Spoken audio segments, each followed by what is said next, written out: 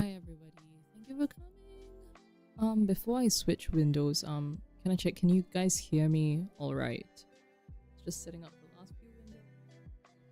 I'm gonna scream. Oh boy. Like, I'm actually scared for some reason, like it's just my hands, not my face, but, tell you what, let's just swap windows real quick. So I can stall for time. Hi. Hello, Fast Gang. Yippee! Thank you everybody for coming. It's good to see everyone again after these couple of weeks for not streaming. Hi Lily, welcome, welcome, welcome. How are you? Yeah, I'm sorry, I wanted to do this earlier. Hi Ka! Oh, welcome, welcome. Hello Lou! Yippee! Everybody's coming.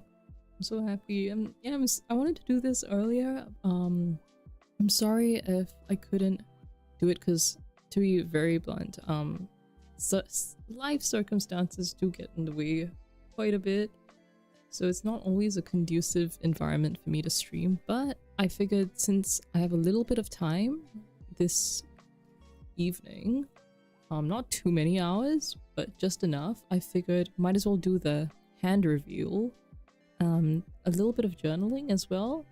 But to start off with, we'll go through my journals from when I was a teenager.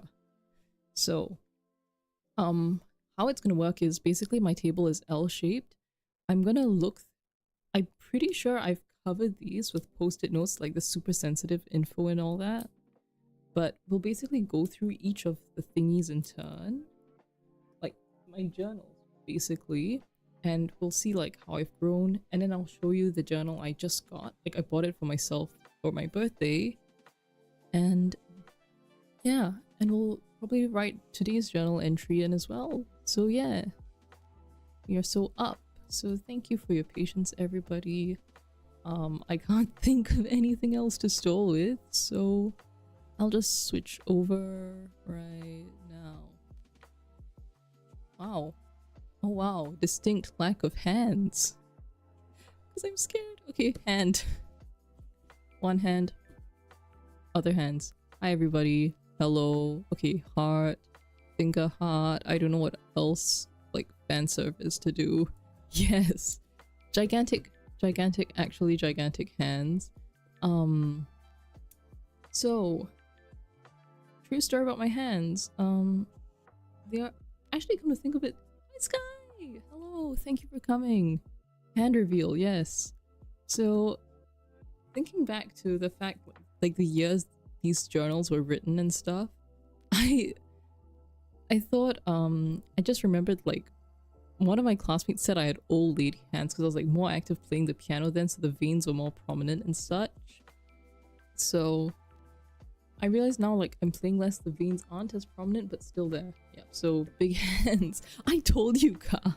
I told you, like, I don't believe in false advertising. It's actually not clickbait. Wait. Let me find a ruler. Let's get some actual measurements in here. Actually, no, tape measure.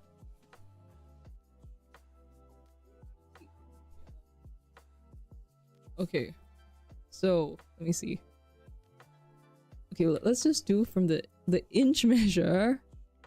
Yeah. Oh my god, wait, how do I fit this on screen? They've got the zoom on and everything. Okay, so top of middle finger. I want to stand up because this is a really weird angle. Okay, wait. Top of middle finger to bottom of... that's like 7 inches-ish? Question mark?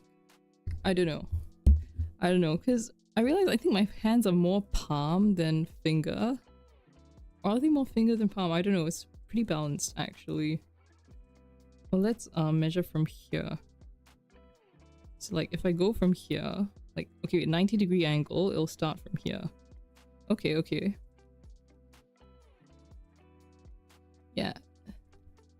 So that's about 7 inches to the top. If I flip it over to see cm, that's 18 cm long, Lily. From like the bottom of my palm up here to the top of my middle finger.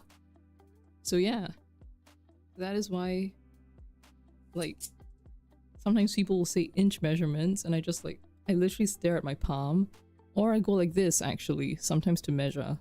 I'm pretty sure this to this is also 8 inches, like when I do this with my hands, like what the Australians call the hang 10, like like we chillin'. So like if I want to measure 20 cm or 8 inches quickly, I'll just go like that. Or 10 cm, I'll stick the middle finger out as the midpoint. Let's do some trigonometry. A squared plus b squared is c squared, right? Like I'm just getting all the hand stuff out of the way while I can. So wait, oops, wrong side. So like, if this is a right angle, right? Oops. So right angle for the triangle.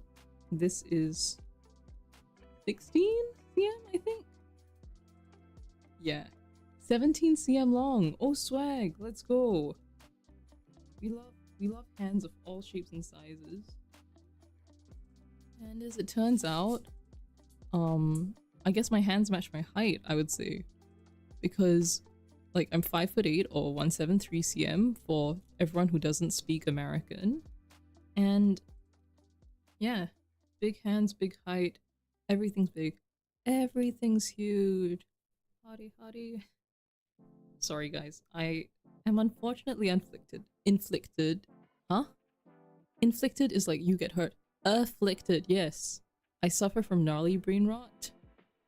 So yeah, that song is stuck in my head, but I also have the new song by Cat's Eye, Gabriella, in my head as well. Lily says, I'm only 168. That is tall, girl. What do you mean? What do you mean? Okay, so like average height where I live is like maybe 163, 164, around there, I guess. Yeah, okay, maybe it's small for where you live, but I guess here in Asia where I am, 168 is tall.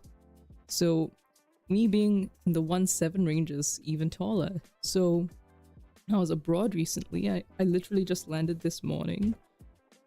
It's like what, 12 plus hours ago? Yeah.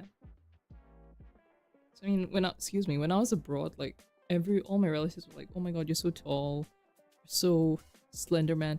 They didn't say slender man, but you get the idea. Yeah. Tall girl, shy girl. It's different, I see, Lily. 161, Olu. With your permission, okay. These are not the wrists of someone with a particularly high amount of strength, but if I could carry you, I would. I'm just saying. 161 cm is a lovely height as well. All heights, everyone, like regardless of who you are, where you're from, what you look like, you are valid. Oh my god, you're adorable. 155. Okay, so that's like 18 cm height difference, right? Okay, so like this is 20 cm. So like slightly less, 18 maybe. Oh my god, that's so cute. And I just measured it and put it by my face. You would fit in my pocket. Me collecting my friends, me collecting my hoops, and bringing them everywhere with me. It's okay. I've accepted my fate as a first dog. No, Lou, you would be. I think you would fit like right in where I live. It's a really nice. 161 seems a pretty average height for like where I live anyway. Yeah. So not to be the resident annoying insufferable tall person, but that is a game I play when I get on the train to go places. And usually there's no space, so I'm standing anyway. So I'm like, if I look around, can I find 10 people shorter than me? Yes, I can. Very often and usually very quickly. And because I'm terrible, I do count children. I'm horrible. My brother is technically children. I have fought with him, but he has one, so yeah. I miss my brother. He is still overseas at the moment. I'm gonna see him in a bit, so there's that. Speaking of my brother, he is a teenager, as actually roughly the same age I was when I did these journals like so many years ago. So I think I'm gonna stop stalling on the journal stuff, and I will start with the earliest planner, which was for the year 2016. Okay, maybe I'll talk a bit about like bullet journaling in general, and like how I started journaling. So it's very simple. It was mostly like because it was aesthetic and stuff on Instagram and all of that when I was a teenager at the time. Like it was a huge thing. Like people wanted to be aesthetic, post aesthetic photos, and it being 10 years ago is heavily influenced by like, I'm sure you guys would know like the Tumblr aesthetics of the time. Like you've got your pastels, sometimes you've got your like Tumblr grunge, you've got your AM, and like the bold italicized Helvetica. I'm pretty sure it was Helvetica is the font. Those kinds of edits, you know the drill. And so the girls in my school, I was in an all-girls school, they called it step Tumblr. Like STEP is the aesthetic it's how they refer to aesthetic stuff and like the photos at the time. It took time to start because stationery is very expensive. That is very true, Ka. Yeah, I feel like the problem with a lot of journaling is that people think it has to be like some expensive thing. You have to buy a lot of papers, and like sure, if you want to treat yourself and like go out with that, you can. And because like a lot of these stationery and like journaling influencers online have this huge collection, sometimes people might think, oh, I've got to do this huge collection of stationery to be able to journal and stuff. But that is not true. Like at its core, I would say journaling is supposed to be like functional. It's a way to express yourself. It's a way to like get stuff done, especially if you use it for productivity and like daily to-do lists and all that. So I think you'll see the evolution of how I started journaling. Yeah. Okay, so first planner, 2016. I'm gonna cover it because there is a logo on here. Yeah, there's no right or wrong. You should just start with whatever you have, like just some random empty notebook. You don't have to buy specific planners unless you like really want to, but to make the most of your resources, just start with what you have is my tip if anyone wants to get into journaling. So this was the case here. I got some free planner from this like after school education center I attended, whose logo I am covering right now. And so I used that for my 2016 school year. So yeah, that was when I was in what I think people would call 9th grade. So I just used what they had and the structures they did it. So because I'd heard of the bullet journal method, which again, I think social media makes it look pretty or high effort, but what it really has to be is just productive, like helps you make sense of the stuff you've done, or like if you've pushed it forward, when you need to do it again and stuff. Like it's essentially like a very productive to-do list. So I'm gonna flip through, like, okay, this is safe. Yeah, so they printed the year calendar, and I also had like a lot of post-its over this year. So as you can see, there's the lyric "Write every second you're alive," which was from Hamilton. Like I had the other lines from that specific Hamilton song, and I think I covered some sections in my other journals with those, which was write like you're running out of time, write like you need it to survive. So if you guys wonder why I love words, why I'm a serial yapper, there it is. So like I would use it like on the go for like stuff I would need to do, and like notes or appointments I would have.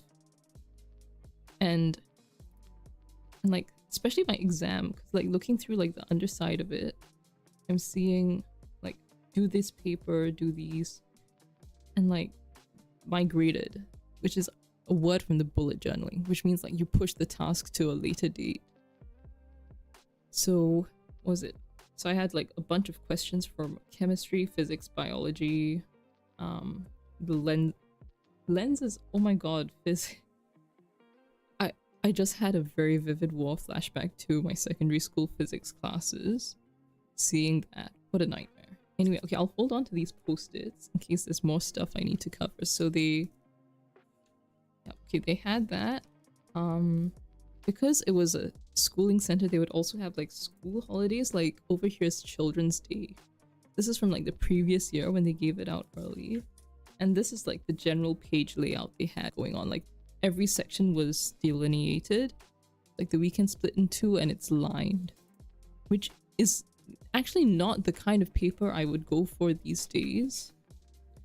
But again, the thing with journaling is you've got to start with what you have, and this is just the notebook I had as the planner at the time, so I just worked within that range.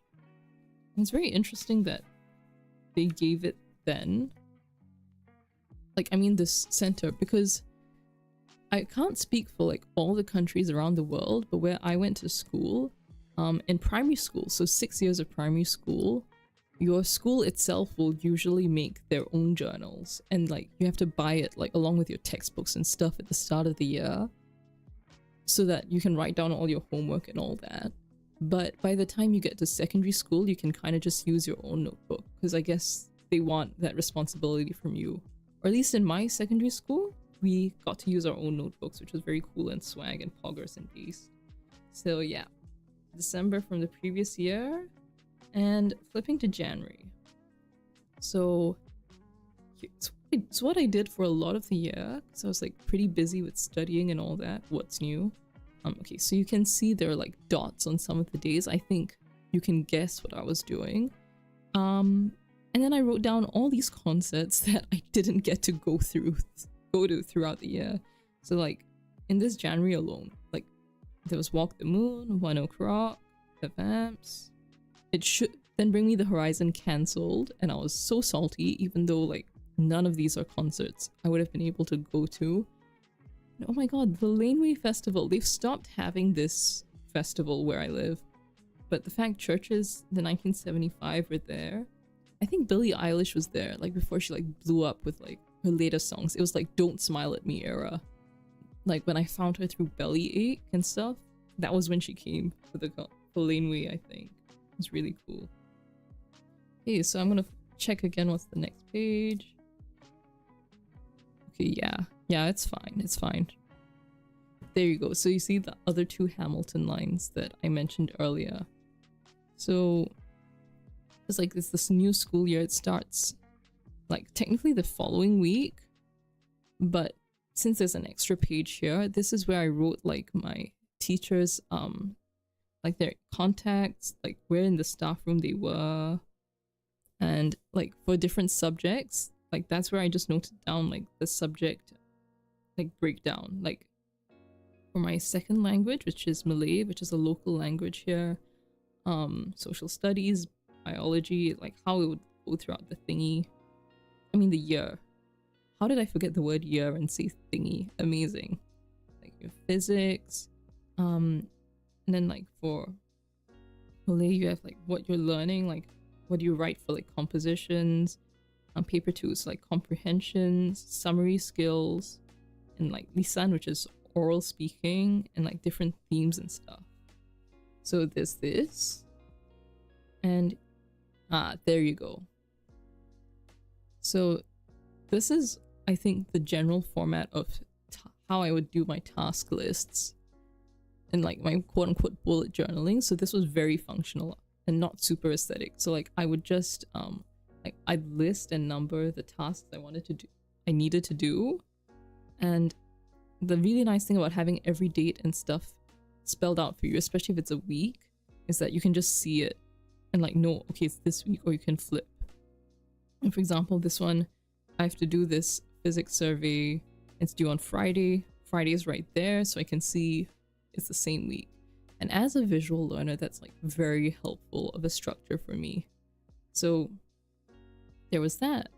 And I've got all these physics worksheets, stuff to sign, and I would just tick it off in red when I was done. And also draw some like check boxes if I needed to. Like prepare the file for my chemistry and like put all these documents in. I slotted in the dividers and everything else. Yeah.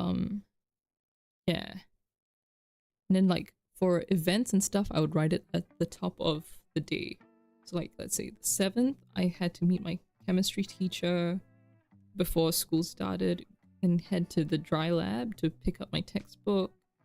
And There was temperature taking, so I had to show up by a certain time as well. And the weekends, I don't think I wrote much. So if I had like helpful links and stuff, I would write them in as the extra space. And okay, yeah, nothing too stressful or anything over here. Wait, what? I suddenly had a flashback because I remembered this presentation, and looking at it again, I was like, hang on, it was this early in the year? I don't know if it actually was, but wow, memories. Okay.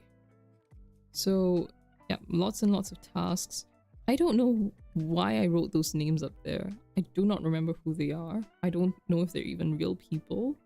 Yeah, as you can see, I lived a very busy life. And this is, again, January. Like, the school year had just started. I'm filling out everything. Yeah, so like lots of briefings, lots of stuff to do. Let's see, did anything change further in the year? I don't think so. But there you go. More writing, like useful tips and stuff in the random free boxes. So what did I learn? When an object gains speed, the acceleration has the same sign and direction as the velocity. When an object loses speed, the acceleration has the opposite sign and direction as the velocity. Does anyone know what that means? I don't. I used to at some point, but no. Okay, yeah, so February, there's more stuff. You've got public holidays listed, like cultural holidays. Got some personal dates in as well for like stuff I needed to remember. Yeah, more tasks. And I moved into my new house around that time, which was very sweet. And yeah, so again, not too much color coding, but like for like events and stuff, I just write it in blue since I did everything in blue. And to tick stuff off, it would be red, or if there were like exams or projects due, I would write them in red as well. So they would stand out more and I would freak out. Kinda? Yeah. Oh my god, physics. Physics in secondary school was an experience. So, yep, there you go. And again with the red for exams. So, I don't know how I did that. Multiple exams in the same day. But wow, look at that. So, first, we've got 2 different maths papers and biology on one day. And end of the month, I've got composition for second language, chemistry, and physics. Yeah. So looking back on it, it's very functional, but somehow, even though I didn't really like journal it in here, like writing about my feelings kind of journaling, looking through all these entries makes me remember, oh my god, I hated physics. Like, I took it because I was good at it, and like culturally it's like, oh, you should do sciences for like career options and to have more stuff open up to you and all that. But yeah, no, my physics teachers were questionable at best. Like the physics teacher I had this year, he was the kind where you ask him a question and he replies by asking you another question. Like, and this annoyed the hell out of not just myself, like my entire class. Like, we're here to learn. You're here to learn. Do your job. How are we gonna learn anything if you ask us the question? Why do you think we're asking you? Oh my god. Yeah, so even throughout all this stress and stuff, you know, being a teenage girl, still had time to pretend I was relaxing by writing down all these events and not going for them. Like, I've got so AA was the term my school used for alternative assessments, which is like projects, so not exams, not like submit an essay. So like cool stuff. And then like I've written down like all the premieres and stuff that were happening at the time. So you've got Huntsman, which I think was the Kristen Stewart, Chris Hemsworth one. Jamie Lawson performed. They've got Hamlet, which was I think it's National Theatre Live, which is from the UK, and they film the plays and then they stage the show the recordings. And I think it was Benedict Cumberbatch's Hamlet, which is why I wrote it down. And of course I didn't go. And a Captain America blue carpet at the skating rink at Marina Bay Sands in Singapore. That was what was happening at the time. Now I remember I asked my mom like if I could go, and like when we were in the car and she was like driving me to school, and she was pissed. She was like, it's a waste of time, da da da. And she got the name wrong. She confused Steve Rogers with Anthony Mackie, like the name, because it was Chris Evans, Sebastian Stan, Anthony Mackie. All of them came for the event, and she was like, is Steve Mackie gonna do your homework for you? So naturally I was really upset at the time that I couldn't be there, because I did have friends and classmates who were able to go down after school and like get autographs and pictures and all that, which is very sweet and very cute. But at the same time, for me, I was watching it online from home because they had the live stream. I just kept thinking, oh damn, I wish I could be there with my friends. But that was almost like 10 years ago. My god. So all these deadlines again per week, and even if it's not always on the calendar view for the month, so each week you've got different things going on. A lot of exams, including one on my birthday. Incredible. And as you can see, because of the exams, there wasn't homework, there wasn't stuff to write. It's just the deadlines, like the holidays. Like for example, Labor Day, which is 1st May here, was a Monday.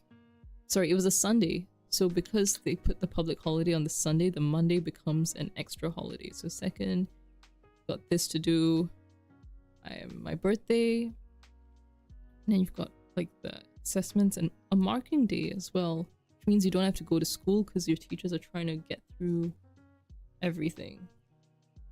So lots and lots of stuff to do. And holiday homework, incredible. So like lots of like practice papers, assignments. Like, the hell is a binomial expansion? Like, I'm actually insane. Got all these different stuff. June was school holiday month. And yeah, so I had to go to school a couple of times. Yeah, and the RS project, which was, I was doing science research. And like, it was so funny, but also one of my favorite memories, because like everyone else had like really serious and like proper subjects. Like there was one group I remember, their research was on like using banana peels, I think, in like electrolysis or something to make electricity or whatever, like, or something like that. I just remember there was like copper solution and wires and stuff involved.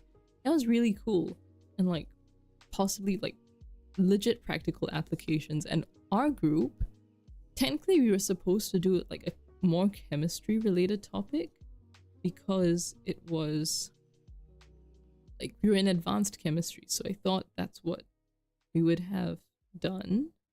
But our research project was like, what is the best way to preserve potato cubes? And we did this for like a year plus, because like, you know, historically there've been like lots of different ways through which people preserved food. Yeah, like people would do it and they would pack it with salt or with spices or even like lemon juice or something.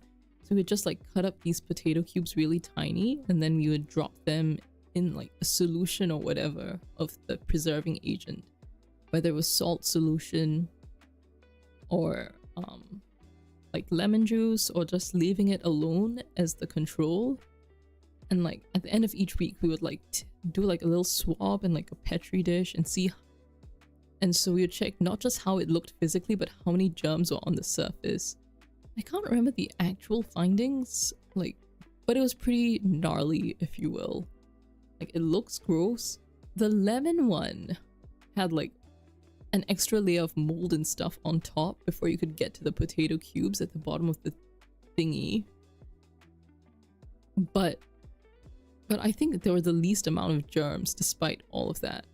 It's a pretty interesting experiment. Yeah, I'm saying, Lou. If I go through my camera roll, I'm pretty sure I could find the pictures. But yeah. Yeah, it was so interesting to see, like, sometimes even if the cube is like falling apart in the whatever we preserved it in, there aren't many germs, or maybe it looks fine, but there's still some amount of germ content on the potato cubes. And so when it came to like the following year, when we had to present the projects, it was, to me it was like, oh my god, we've actually been fucking around the whole time. It's like, what do you mean people are like doing like banana peel electricity and we have this? So yeah, it's quite interesting, and I don't know if I even still have access to like the project report, but there was that. And oh, September. So as you can see, I've got like these exams, EYAs, end of year assessments, but this was my first concert. Queen, so there was F1 in Singapore at the time, so my mom's friend's friend had extra tickets, and so fortunately I was just really blessed to be able to go with my mom to F1 and like watch the entertainment. Like the cars were fine, I'm sure, like the Noom, what's new, but it was the Saturday I got to see Bastille live. They were one of my favorite bands at the time. I was like super excited. And then there was Queen with Adam Lambert as the vocalist, and it was just so amazing. Like people of all ages were just rocking out to Queen. It was like an hour, I think, between Bastille and then Queen, but my mom and her friend had wanted to go away from the area and like get some food and like wine and stuff, so they didn't stay, because Bastille, my mom and I were actually quite near the front. I remember like making eye contact with Dan Smith, like the lead singer of Bastille, a couple of times. I do not have video recordings though, because my phone was like well into its planned obsolescence at the time. So, obsolescence, but basically the battery life was shit. So if I tried to record too much, it would just die. So I kind of just like lived in the moment, which I think is a nice way to experience concerts. Just feel it, take a couple of pictures or clips even, but just enjoy it and like be fully present and not view it through a screen, which I think is more and more common these days, not as common when I went for these. Yeah, I love Queen too, Lily. They're my goats. Aylin! Hello. Welcome. I've just been flipping through my journal from 2016. I was talking about Queen and Bastille at F1 in 2016, and like that was my first concert. It's good to see you, Aylin. Welcome in. Hello, how are you? Thank you for dropping by. Yeah. My friends are goated. Aylin goated. Bastille and Queen goated. Oh, no worries. No worries, Aylin. It's fine. Thank you for coming all the same. It's exciting. Yippee! So yeah, okay, so Bastille, my mom and I were there. Then my mom's friend went to Pentatonics, which was at a separate stage, away from the main stage where this was happening, and apparently the energy between the two was super different. Like Pentatonics was more relaxed and chill and fun, and you've got Bastille like, I'm just jumping up and down and dancing and having a really good time. Yes, Lily! The lineups back in the day for F1 in Singapore, because that's like my local race at the time, oh my god, the lineups were so goated. Not to say that recent lineups aren't goated, but they're not really my speed. So to me, this is a very special lineup, the fact I could even go. So Bastille, I had the time of my life. I was near the front, but then my mom, because we went away, and then we came back for Queen like an hour-ish after Bastille ended.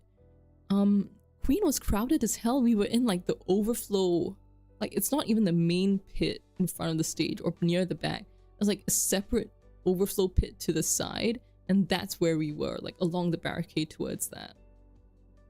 And again, it's really good. Adam Lambert, top of his game. Brian May, I don't know if you guys have seen it, but Brian May, the guitarist for Queen, you know, the one with the long curly hair, he's like 70 something now, I think. And something that struck me was when they used the GoPro on his guitar, they cut to him, like the close-ups of his hands playing the guitar. His hands actually look young, if that makes sense. Like you might have your impressions of like what an older individual's hands might look like. His hands don't look like that at all. Like they're very like I don't know how I feel about describing an older man's hands as supple, but that's basically it. Yeah, it's like they're very nimble. He's still doing all the like fancy like finger guitar playing, like all the licks and the riffs and stuff. It was really good, really fun.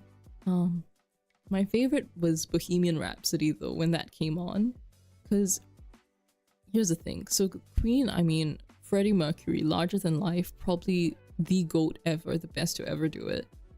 And naturally they paid tribute to him a lot. And so for Bohemian Rhapsody, Adam Lambert, I think he started off, but for the second half, it was also with like Freddie's vocals, like clips of Freddie Mercury playing and singing it live. And the really nice thing about Bohemian Rhapsody is like you have like, this is people of all ages from all over the world who've flown in, and everyone in that field is doing the voices at each part. Galileo, Galileo. Like the entire field is doing that. But the Freddie Mercury, when he first came on, which I think was second verse, second, too late, my time has come, that bit. This drunk white guy with shutter shades, like I distinctly remember, he was like this guy in like t-shirt and shorts. He's holding like one of those cardboard four-pack of beer, but it's like that kind of like cardboard container that holds 4 cups of beer. He's holding that and he has one beer in his hand and he lifts it up. He goes like, yeah. It's like, yes, Freddie! When the recording comes on. I love drunk white guys, they're so silly. It was like the fact that stayed with me so many years later, just a really, really special concept. I love Same Lou. The audience sings along like that. Like, I just love, I think, concerts and live music in general, because then like the music speaks to you. Like music is the universal language, as they always say. So like the song can mean different things to different people, but in that moment, like everyone's just like letting their inner child loose. They are just singing to the song freely. They're just having a lot of fun. And then like when the guitar bit, like before the "so you think you can stone me," I remember seeing my mom and her friend headbang. Like, I think that's the only time in my life I have seen or possibly will see my mom headbang. That was really cool. That everyone just let loose and had fun. So there's that. And then at the ending song, "We Are the Champions," I remember there was, what do you call it? The confetti, like some plastic golden confetti raining down on everyone. I managed to pick some up. I don't know if I still have them. I probably do. I just remembered the storage box, I have it, but if I go and get it, I'm gonna knock this tripod over probably. I definitely still have it somewhere.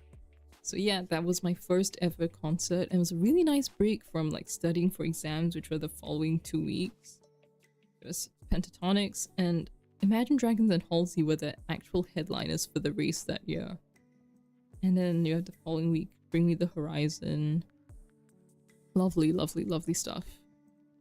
So, more holiday homework to prepare for exams, and CCA stand down. So CCAs are like your after school clubs, and stand down is basically like you stop for exams, especially the year ends, so everyone can study and not worry about doing their club stuff. So for all this happening, exams. Yeah, Lily, so true. They did really good with the lineup that year. Actually, let me Google real quick. What were the exams? Not the exams, the bands coming this year. I'm gonna drag my keyboard over here. Keyboard reveal. Oh my god. And then we can type. So not that anyone asks, the model of this keyboard is the Akko 5075 with RGB. It's got little RGB on. Yes, Aylin, you know the one. Thank you, Lou. Thank you. Thank you, thank you. So these, I have Aqua King switches on it. Oh, you saw that, right? Yeah, Gorgina. The keycaps are from, I can't remember the creator's name, but it was like this content creator from the Philippines who did like Genshin content. And so this and this, my desk mat, are from the same collection, inspired by the Kamisato siblings, Ayaka and Ayato. Ayato, my goat. I have an Ayato shrine. I'm very normal about him. And these are custom keycaps from Erariu. Let me check how to spell it. Not sponsored, but let's see. A-E. I'm gonna type it in chat.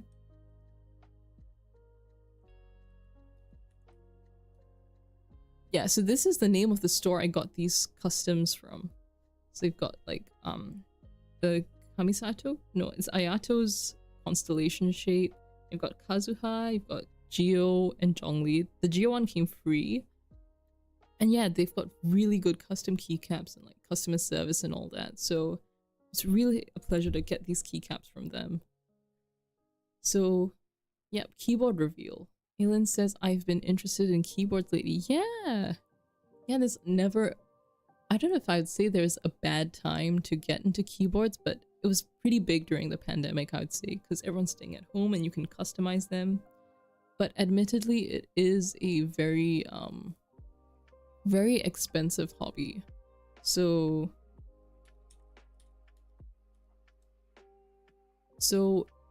like, again, I think I was telling you the other day about, like, it's possible to do a budget build and, like, have a nice sounding keyboard. Relatable, says Lily. Very normal about Zhongli and Neuvillette. Yeah, Jen, I love Neuvillette as well. I think I have him at, like, C1 or C2 before I stopped playing Genshin. So, like, he's beautiful, he's gorgeous. I did a presentation about him last semester.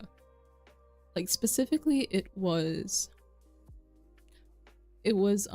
I think something about robot judges, and so I used the Oratrice Mécanique d'Annelise Cardinal as the example. So I got to show, like, the clip from Genshin of that happening, and then, like, talk, oh, is robot judging good or bad? Hi, Zin! Hello, welcome, welcome, welcome. I was going through, like, my first journal, and we got sidetracked, so now keyboard reveal. Here's hand tags. Big hand.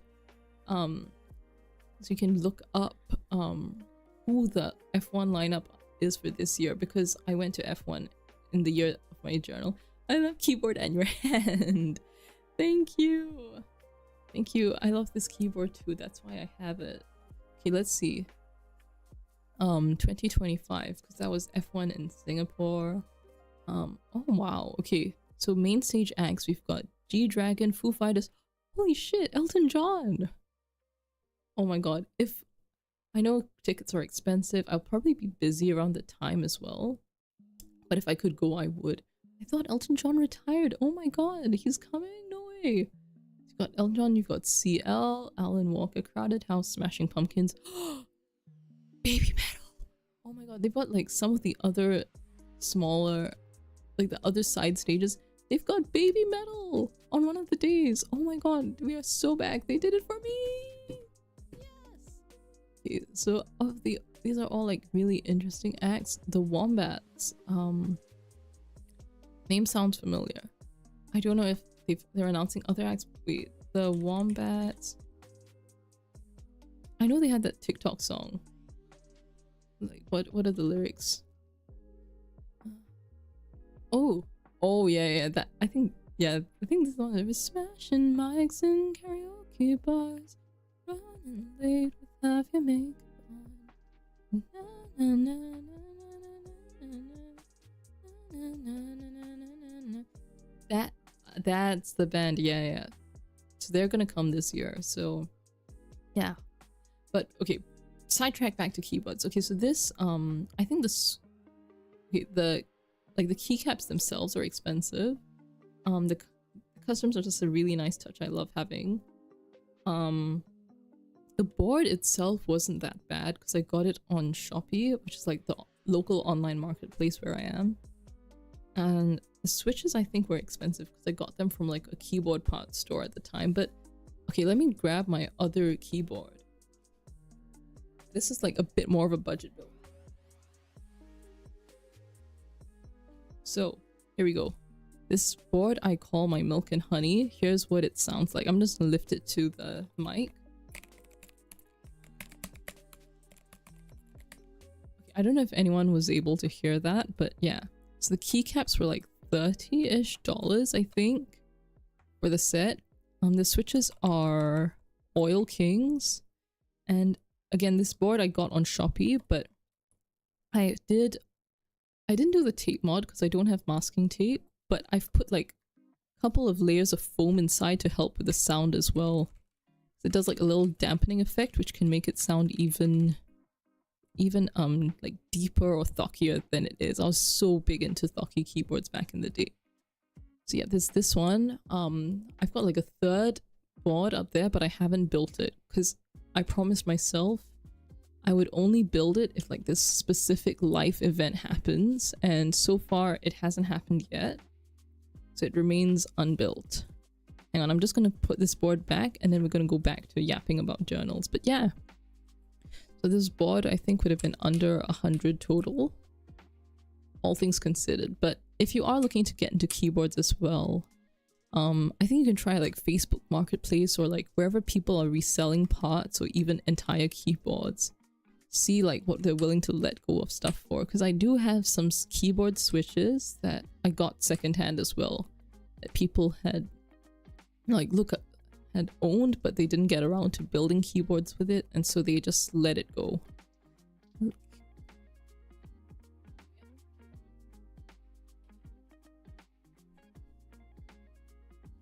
Kept. Yeah, so custom keyboard building is one of those other hobbies that seems intimidating, but once you get into the swing of things, it's just very lovely. And it's fun, and it's like, I made that baby all by myself. So yeah. So, let's see, October, that was when my school year ended. So like all the big year-end exams, I wrote them in. And yeah, nothing happened. Afterwards, then you would have last day of school very quickly, because then after the exams are done, then the teachers mark it and you kind of just go through it and review your year. So November, December, there's nothing because I'm already on like holiday and just chilling, living my best life. So yeah, that was 2016. So as far as the journal goes, I would say this is just very functional. There isn't a lot written in it about my day-to-day, but from the events and stuff I thought notable to write down, you can see like Teenage Me She Loves concerts. She got to attend her first concert, and like she just got shit done, really, because she just had all these tasks. She got through them as best as she could. Did I write it down?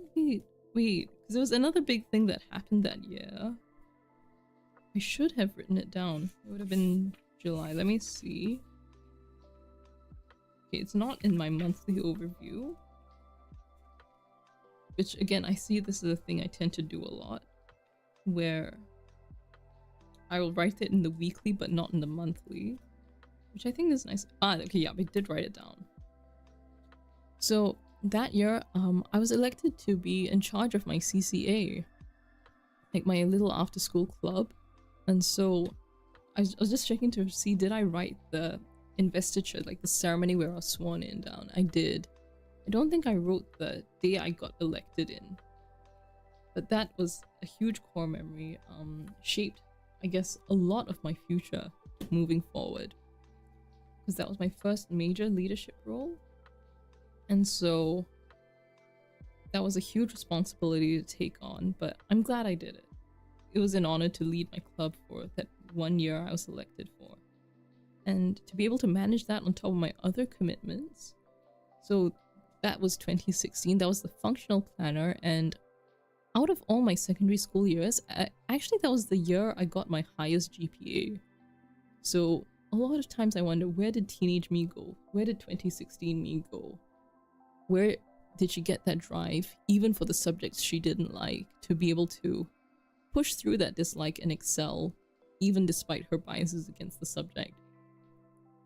So yeah, that was a tireless young woman pushing through her life, adjusting to new subjects and responsibilities, and not having time to do like a pretty journal, but it got the work done. Now, coasting off of that high, going into 2017, this girl thought she can go more aesthetic with her stuff and like do the proper Instagram spread. So she went to Muji, she got this like A5 with the dot grid. So we'll start flipping through stuff bit by bit, yeah? So there you go. I think fully bought into the Ryder Carroll bullet journal thingy, like how I saw people do it. So got the whole legend of how I did stuff up there. So tasks, I did like little check boxes. Sometimes I don't think I was super consistent with the icons I used. So if it's unfinished, I would half shade it, finished as full shade. If I pushed it, there would be the arrow like pointing towards the next thing in the middle of the box. I don't think I used this too often from what I remember. Projects, and for events I would do circles.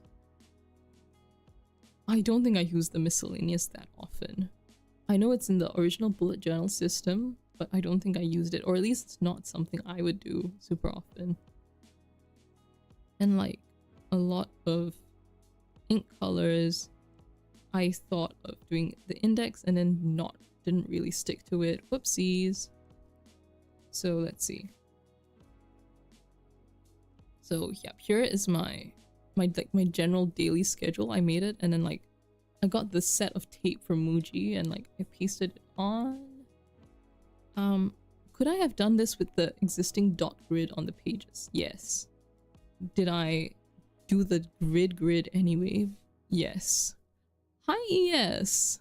Hello, welcome in, thank you for stopping by. Yeah.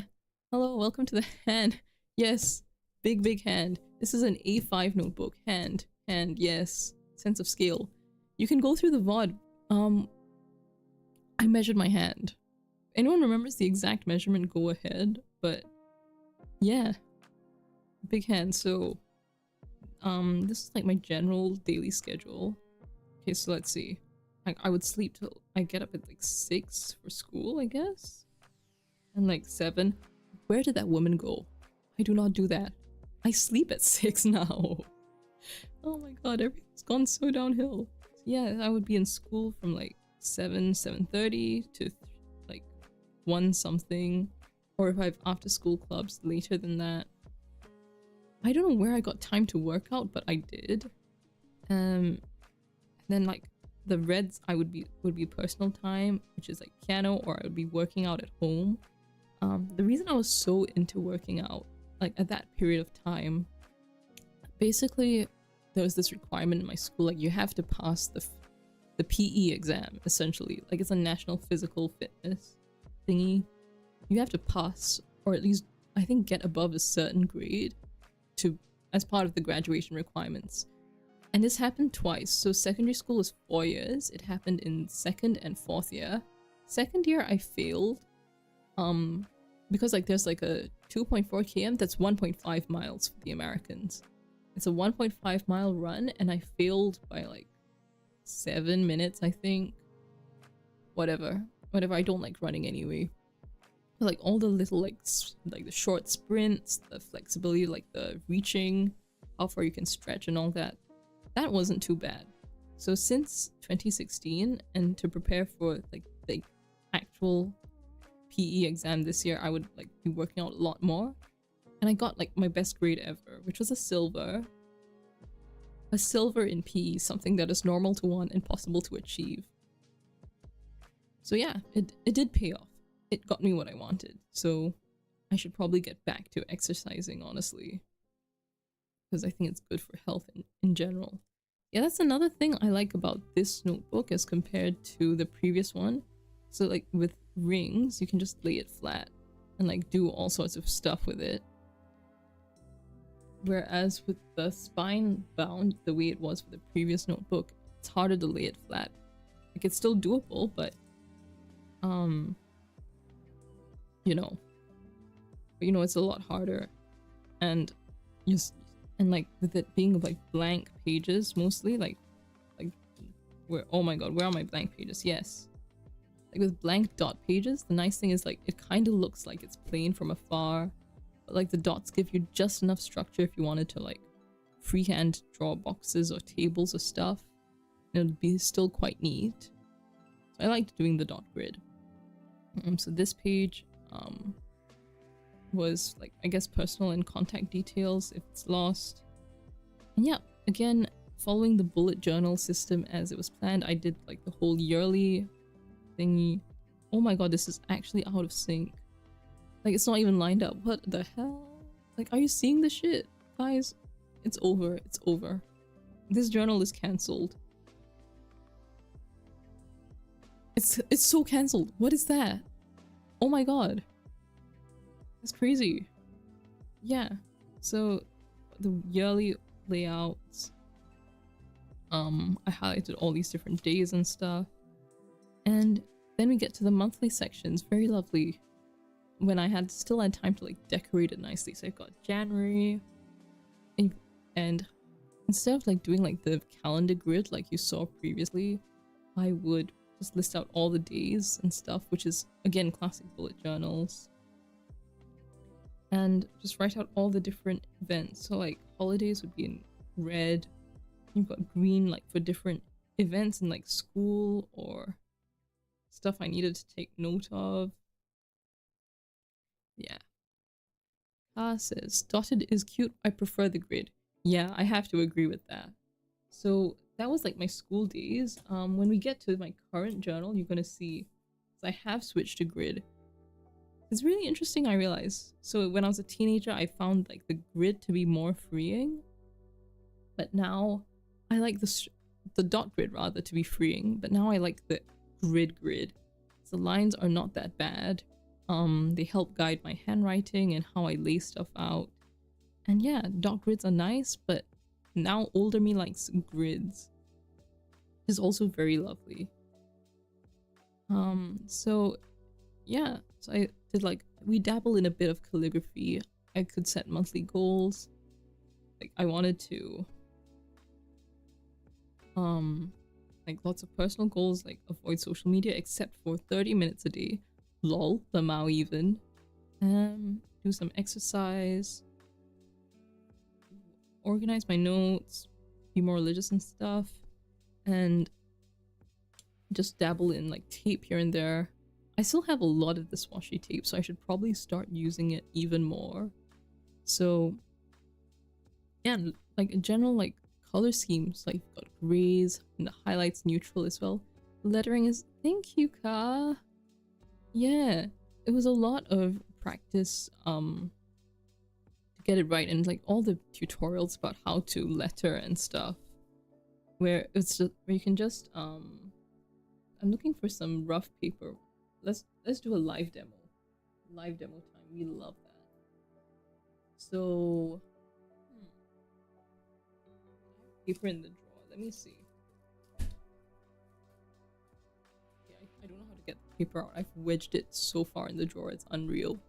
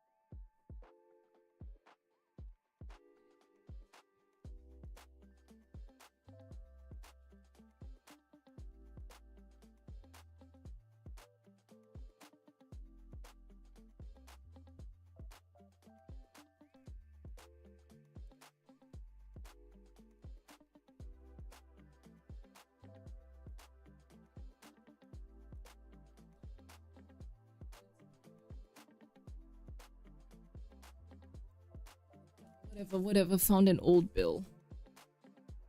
Let's just do this. Okay, just write hi. So like, how do I letter hi? Let's not pencil. Fish color.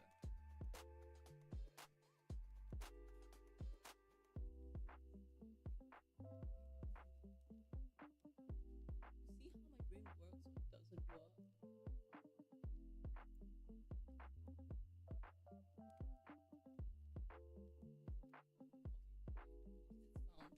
Reference get, post-its get.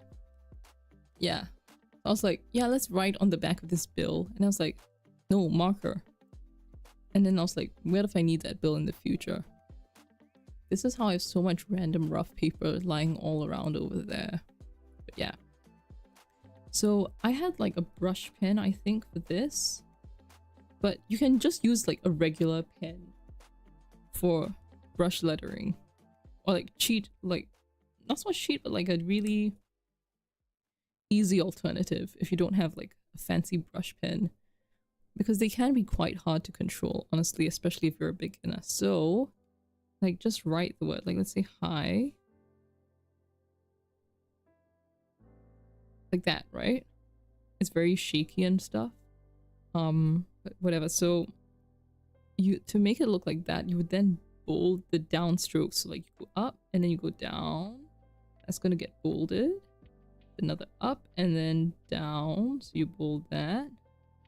The I. There's a down. You just fill it in. Just like that. I. And if you want, you can bold that as well. So it looks, yeah. So that's just a very quick and easy way if you don't have a fancy brush pen or you're still practicing how to control it. Just shade it down. Yeah. Yeah, it is. The reason I write like that in cursive as well is when I was a kid, my grandma taught me.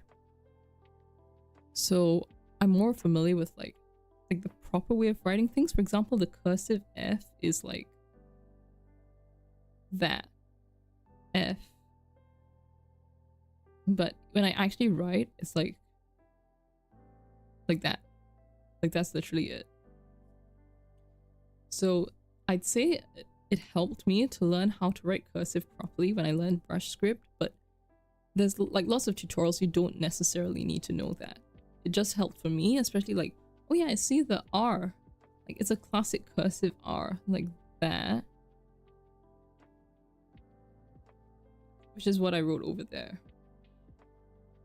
I can only write in cursive. I've never learned any other way. Wait, Lou, are you French by any chance? Because I feel, from what I remember, like the only country I know that still does that, like cursive is the classic, is France. Yay! Oh my god. Tu es français. We've got French people in chat. Let's go. Yeah. So like my grandma taught me cursive because in her time, it's like, I think when people are 10, they start writing not just in pen, but in cursive. By the time it was my generation, we write in pen by the time you're 10 years old, but not in cursive.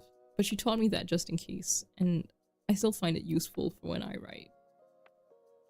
Yeah, cursive is really fun as far as lettering goes, and I wish I wrote it more. I think it's a really lovely skill to have for decoration and stuff. Yeah, so I've got lots and lots of tasks, but compared to previous year, I would be like dressing it up more. Like I've highlighted the day and date and got all the boxes filled out. And again, like the same brush, like the same technique I just used here was what I used here. So it's like Ed Sheeran drops new song at 1 p.m. my time. The song in question was Shape of You. I remember this because it got stuck in my head forever, and then I reviewed the album later on. Lily is mixing the writing. I see. Yeah, I think that's quite close to how I write as well. Like, it's just a mixture of both. Like the regular, like, printed script, like how I usually write, versus the cursive that I was taught by my grandma. God bless her. Cursive is so pretty. It makes it kind of sad. A lot of people can't read or write it. That is very true. I don't know if you saw the tweet the other day. Someone I think put their grandma's handwritten recipe through ChatGPT because they couldn't read the cursive. And it just broke my heart, firstly, because I do not like generative AI one bit. So when MIT dropped that report about ChatGPT use frying your brain, I giggled and clapped my hands in glee. But also, like, it was so legible. Like, that is such beautiful, clear, cursive handwriting. And like, respectfully, how have you fried your brain this much that you can't read legible cursive handwriting? It's so sad. So that it was, I don't remember the exact recipe in full, but it was so beautiful, and it's such a shame, really. I think it's good for people to just use their own brain and apply themselves in general to their work. And like, and now not only like when you lose the ability to, it's like not speaking your ancestors' mother tongue, you know. Wait, let me sip some water. I'm gonna talk about that for a bit. Big water.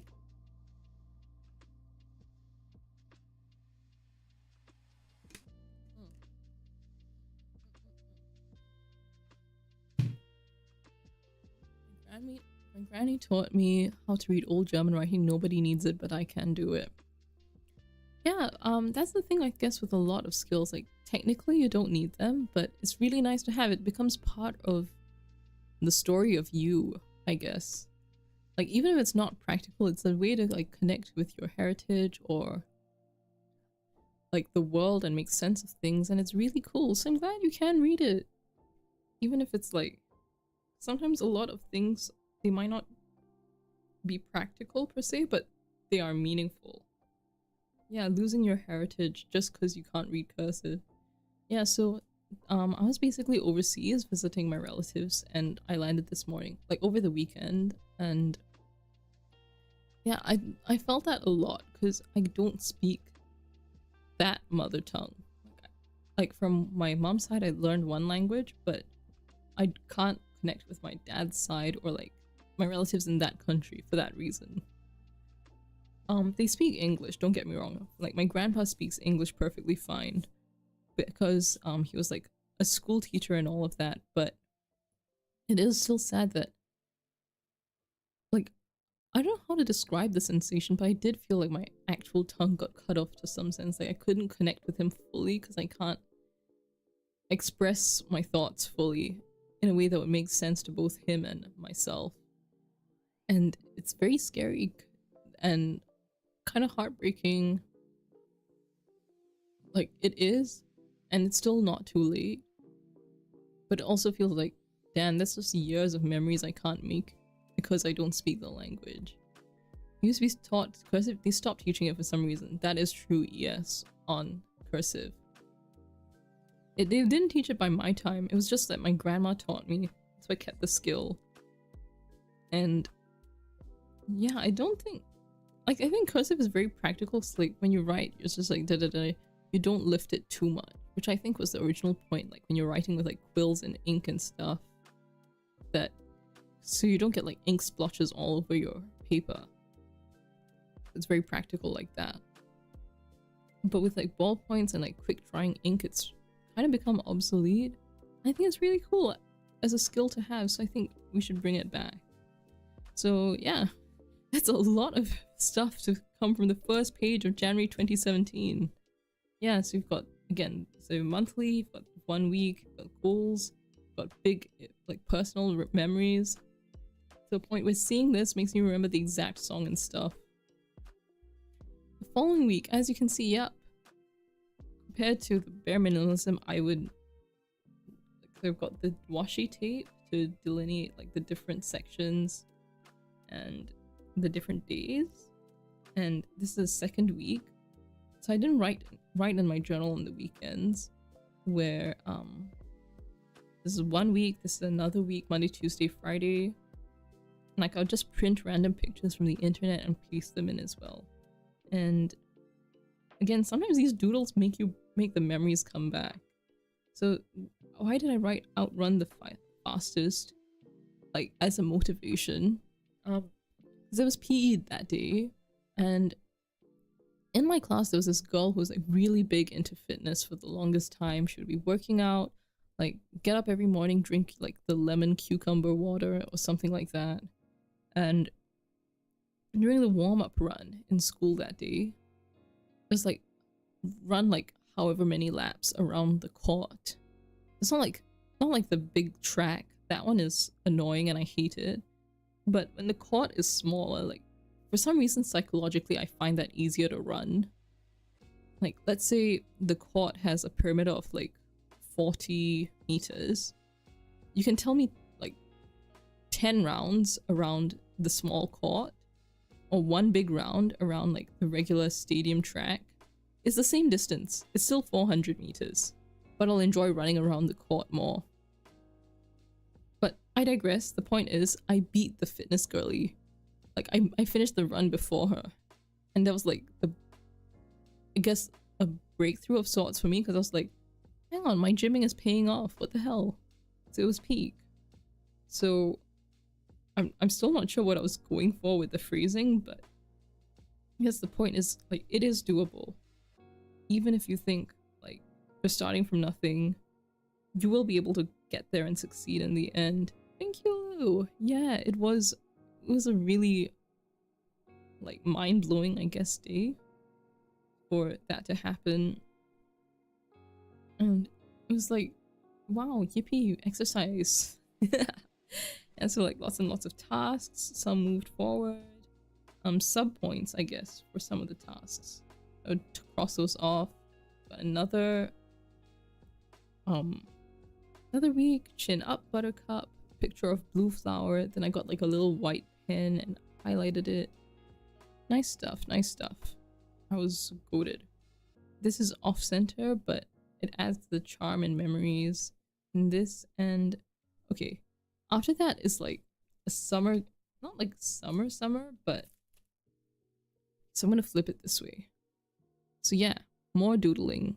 And like you get all these ideas on Instagram, like, oh, people did their days like this. And so I did that. You need to chill. I don't know what. I wasn't quoting a friend, I just wrote that for fun. But yeah, again, like I would just Google like X color aesthetic, I think, like burgundy aesthetic or blue aesthetic pictures. I would print them out. I'm pretty sure I still have all those printouts somewhere. And I would just put them there. And yeah, so I did like a little field trip, and nearby there was a lovely ice cream place. It's still open. I really need to go back.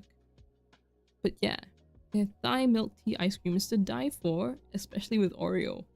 Goated, goated, goated, goated. I read that and I tasted it all over in my head again. Peak. You survived January. Damn right I did.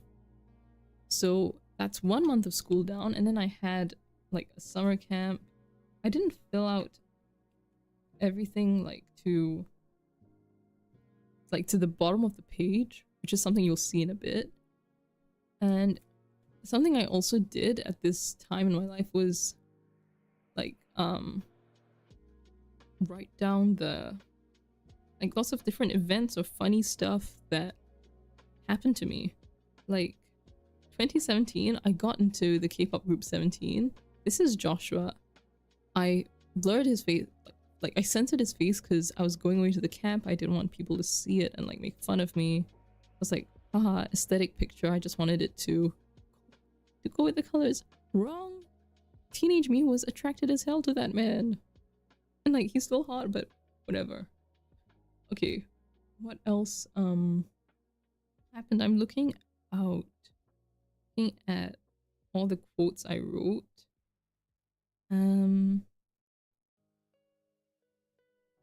Okay. Oh, this is a very nice one. You're human, not a robot. But even robots break down. I think that was one of my teachers who told like my whole cohort, my year in school, that. And I was hearing that as a teenager, but again, the thing I realized is like, when you hear it as a teenager, you don't take it seriously. And then you experience it later in life and you're like, oh, that's why they said it. This is So true, guys. If there's anything to take with you, it's that. Even robots break down. Like, take the break before your body takes it for you. You only have one life. You should look after yourself. All of that. Yeah. Let's see. What else happened this month? Wait, who the hell said that? Who the hell? I don't know if this is a quote from the internet or someone said it, IRL. When you're feeling down, just remember, you're the product of the winning sperm. So true. So true. And what else happened? Yeah. Lots and lots of stuff happened in January 2017. Very, very lovely stuff. So, okay, that's January. Let me see what happened in February. Okay, so still stuck with the same format. Inspirational, damn right, Lou. So again, I did the goals with little hearts for Valentine's Day, little pink stuff. Lots and lots of stuff. Find your French curves ASAP. Me when I'm French and have an hourglass figure. No, I'm kidding. French curves isn't like those big curved rulers you use for like graphs and stuff. I needed it for math, so yeah. And library block. Just like, instead of doing regular stuff, they just sent us to the library so we would read. And continue reading. Aristotle and Dante discover the secrets of the universe. I wrote that 8 years ago. I still haven't finished that book. Maybe I should. Maybe I really should get back into it. I remember hearing it's a good book. Yeah. Got more like brush pen experiments. 200 followers. So, as you can tell how much effort I was putting into this, I actually did have like a little study Instagram, like a Bujo Instagram at the time. I don't think it popped off that hard. I was still like, I think in the 3-digit followers, but like I eventually deleted it because I needed to focus on school. Yeah, I would do all these spreads and post them. Got one more week there, another week and stuff due Monday. This is crazy, guys. Like, no, like, okay, look. So I wrote it in highlighter first, and then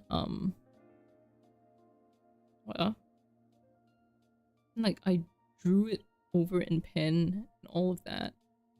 It's a post-it. It is very beautiful, don't get me wrong, and like a nice memory of the time. But now that I'm older, I'm realizing like the value I had in that first planner. Like, I just write it down and get it done. Like, this is nice, but it's not strictly needed in journaling. Yeah, let's see what else. Seeing is not the story. I thought I would have more stuff to write, but as you'll see as this journal goes on, I didn't always fill out everything, and you've got more and more blanks as the pages go on. So let's see. I've got all these things happening in my life. I wrote my first song. Damn right I did. Yeah. Let's see. All these stuff. Someone said I should get signed. It was a bad song. I don't know why they said that. It's like, I think back to it and it's like, yep, this is definitely a song written by a teenager. I'm not saying I'm better now. I'm very out of practice still. But yeah, it's like, it's good because it's a nice song. Like it's a nice thing that I wrote it in the first place, but it was so bad. And let's see what else. XY DYDX. Bloody differentiation and integration in math. Incredible. Incredible. Kevin. Who the hell is Kevin? Not today. Sad song.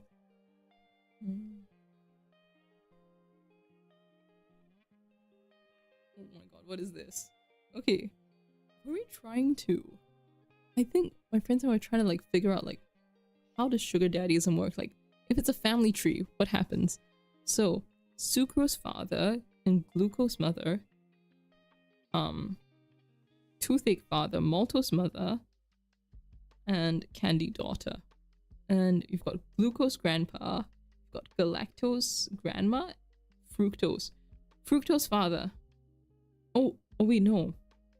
This is like one specific friend group. And like we were just trying to figure out who is who. Oh my god. Oh my god, yeah. Okay, so that was February of 2017. We've got March, different like sets of days blocked out for holidays, chill times in school. March goals. Practice piano more. Start following. What is TT? I don't know. Keep writing. I think I did. Run? Definitely did. Duolingo. Kind of flopped. Whoopsie. All this. March holidays. Very, very aware teenage me, knowing the life I live now. Holidays are an abstract concept. They do not actually exist. And I also had time because Ed Sheeran's Divide album came out around this time as well. So I had like this little like pocket watercolor set, and like this brush pens, like the kind where you can store water in the body and then like you can use it on the go. I don't carry those around with me anymore, but that's how I painted this on. Divide is out. And I wrote this in white pen, and then I did a little review. Out of 5, I gave it 4 stars out of 5. Let's see, what did teenage me think of this album, considering how into pop she was? Let's see. Welcome to the new show. I guess you know I've been away. Ed begins in Eraser, and it shows in the musical influences throughout the album that take you from Ireland in Galway Gull and Nancy Mulligan to Barcelona and even to Africa with Bibi Abeye, Ghana specifically. Lyrically, the same honesty remains, which is great because it means that you will cry at least once, and believe me, you will. For many people, myself included, that track was Supermarket Flowers. Oh yeah, that one. And later on, Save Myself. A lot of the slower tracks blurred into one, but only really shine when you listen to them on your own, especially the more wedding ballads like How Would You Feel and Perfect. Oh my god, if only I knew how this statement would age, especially for Perfect. But all in all, you can really see why this album's called Divide. It's because it's just so polarizing. That being said, it was one wild musical journey from start to finish. Not that I'm complaining. So yeah, that was 4 out of 5 for me. Let's see. Perfect, Pian, Save Myself. Okay, so I remembered this one. So when the album came out, I had like this little listening party for myself in my headphones. And it was just me in my living room. And I remember I was trying to make ice cream. I don't know if anyone knows that trick where it's like, you've got one small bag with like your milk and vanilla and all that. Like one small Ziploc. And then you put the smaller Ziploc inside a larger Ziploc that has ice and salt in it to lower the temperature and all that. And you kind of just squish it together.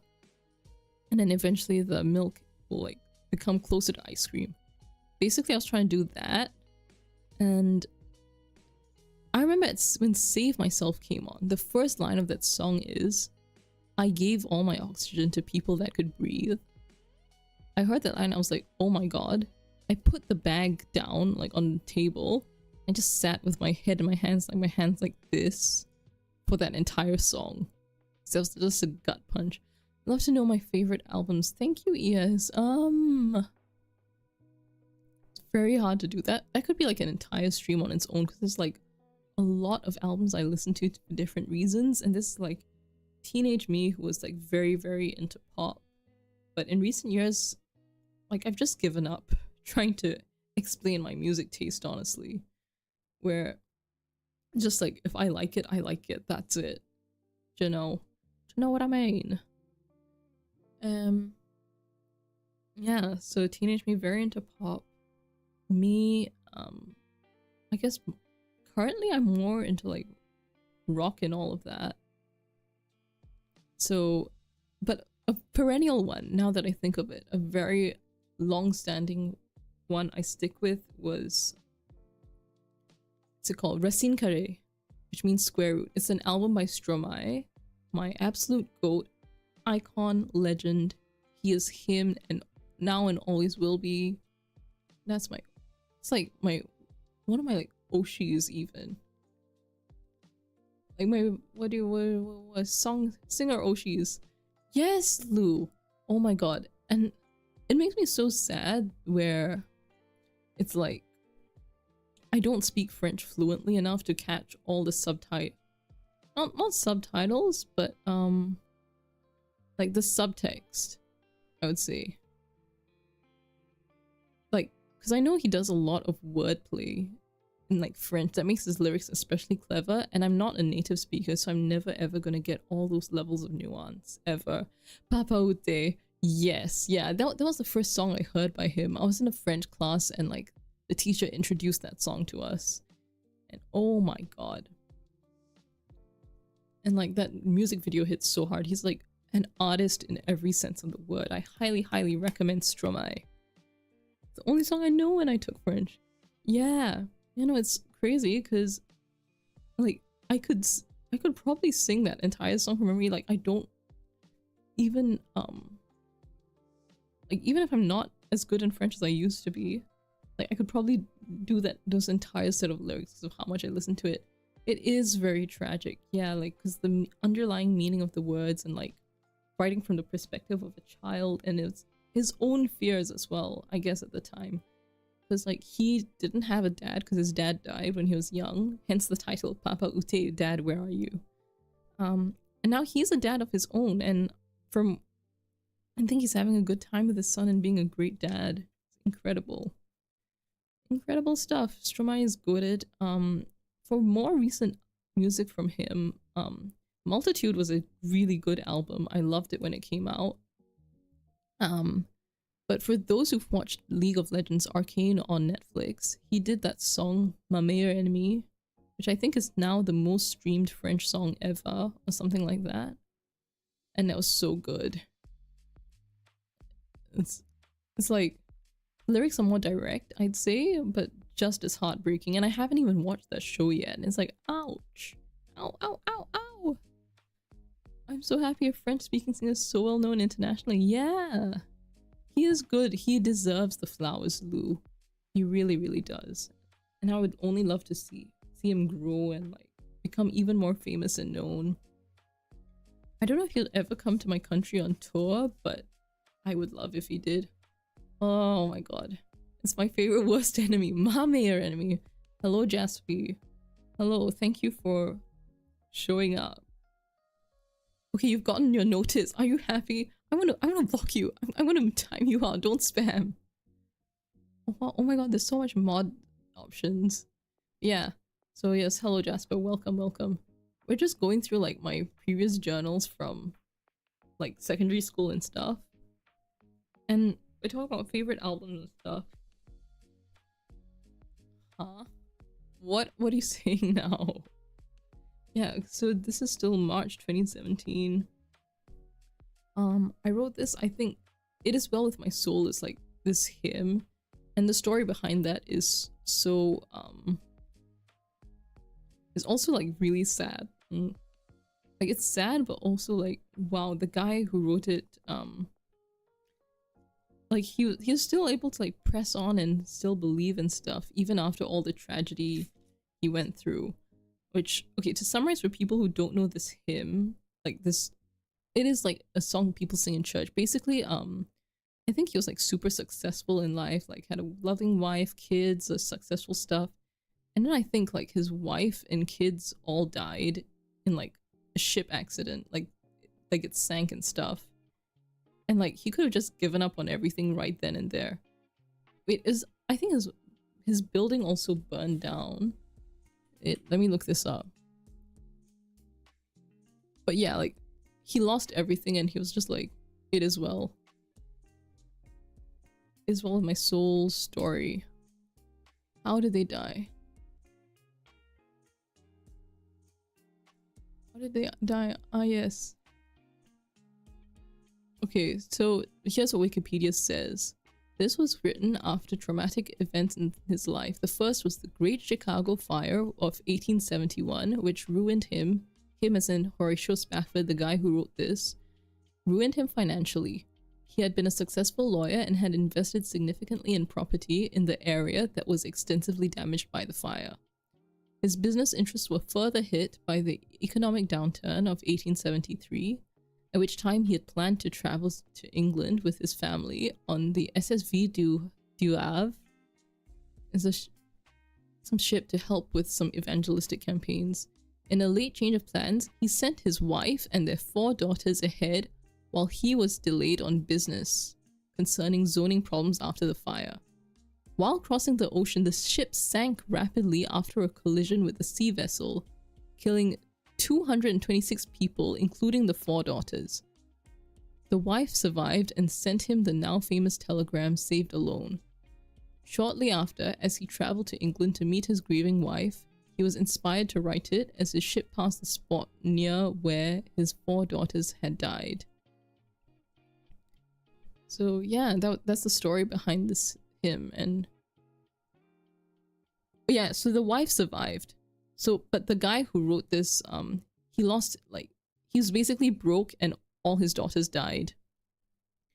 And like, he's gone through all this shit, but he's still somehow saying that, which I think I found really inspirational, and that's why I made that when I was like in 2017 after I heard the story. So yeah, that's crazy though. Like, imagine going through so much in life within such a short period of time, but still hanging on. That to me, I think, even though It Is Well With My Soul is like a religious song, I still think it's a quite inspirational story, I guess, even if you're not super religious. Like, all these stories, I guess, in general about the indomitable human spirit of people going through the absolute worst, but still continuing on. It's something that I know I haven't been alive for very long, but it's something I'd want to do for myself. Yeah. Let me see. This is the March. So this is the March summary.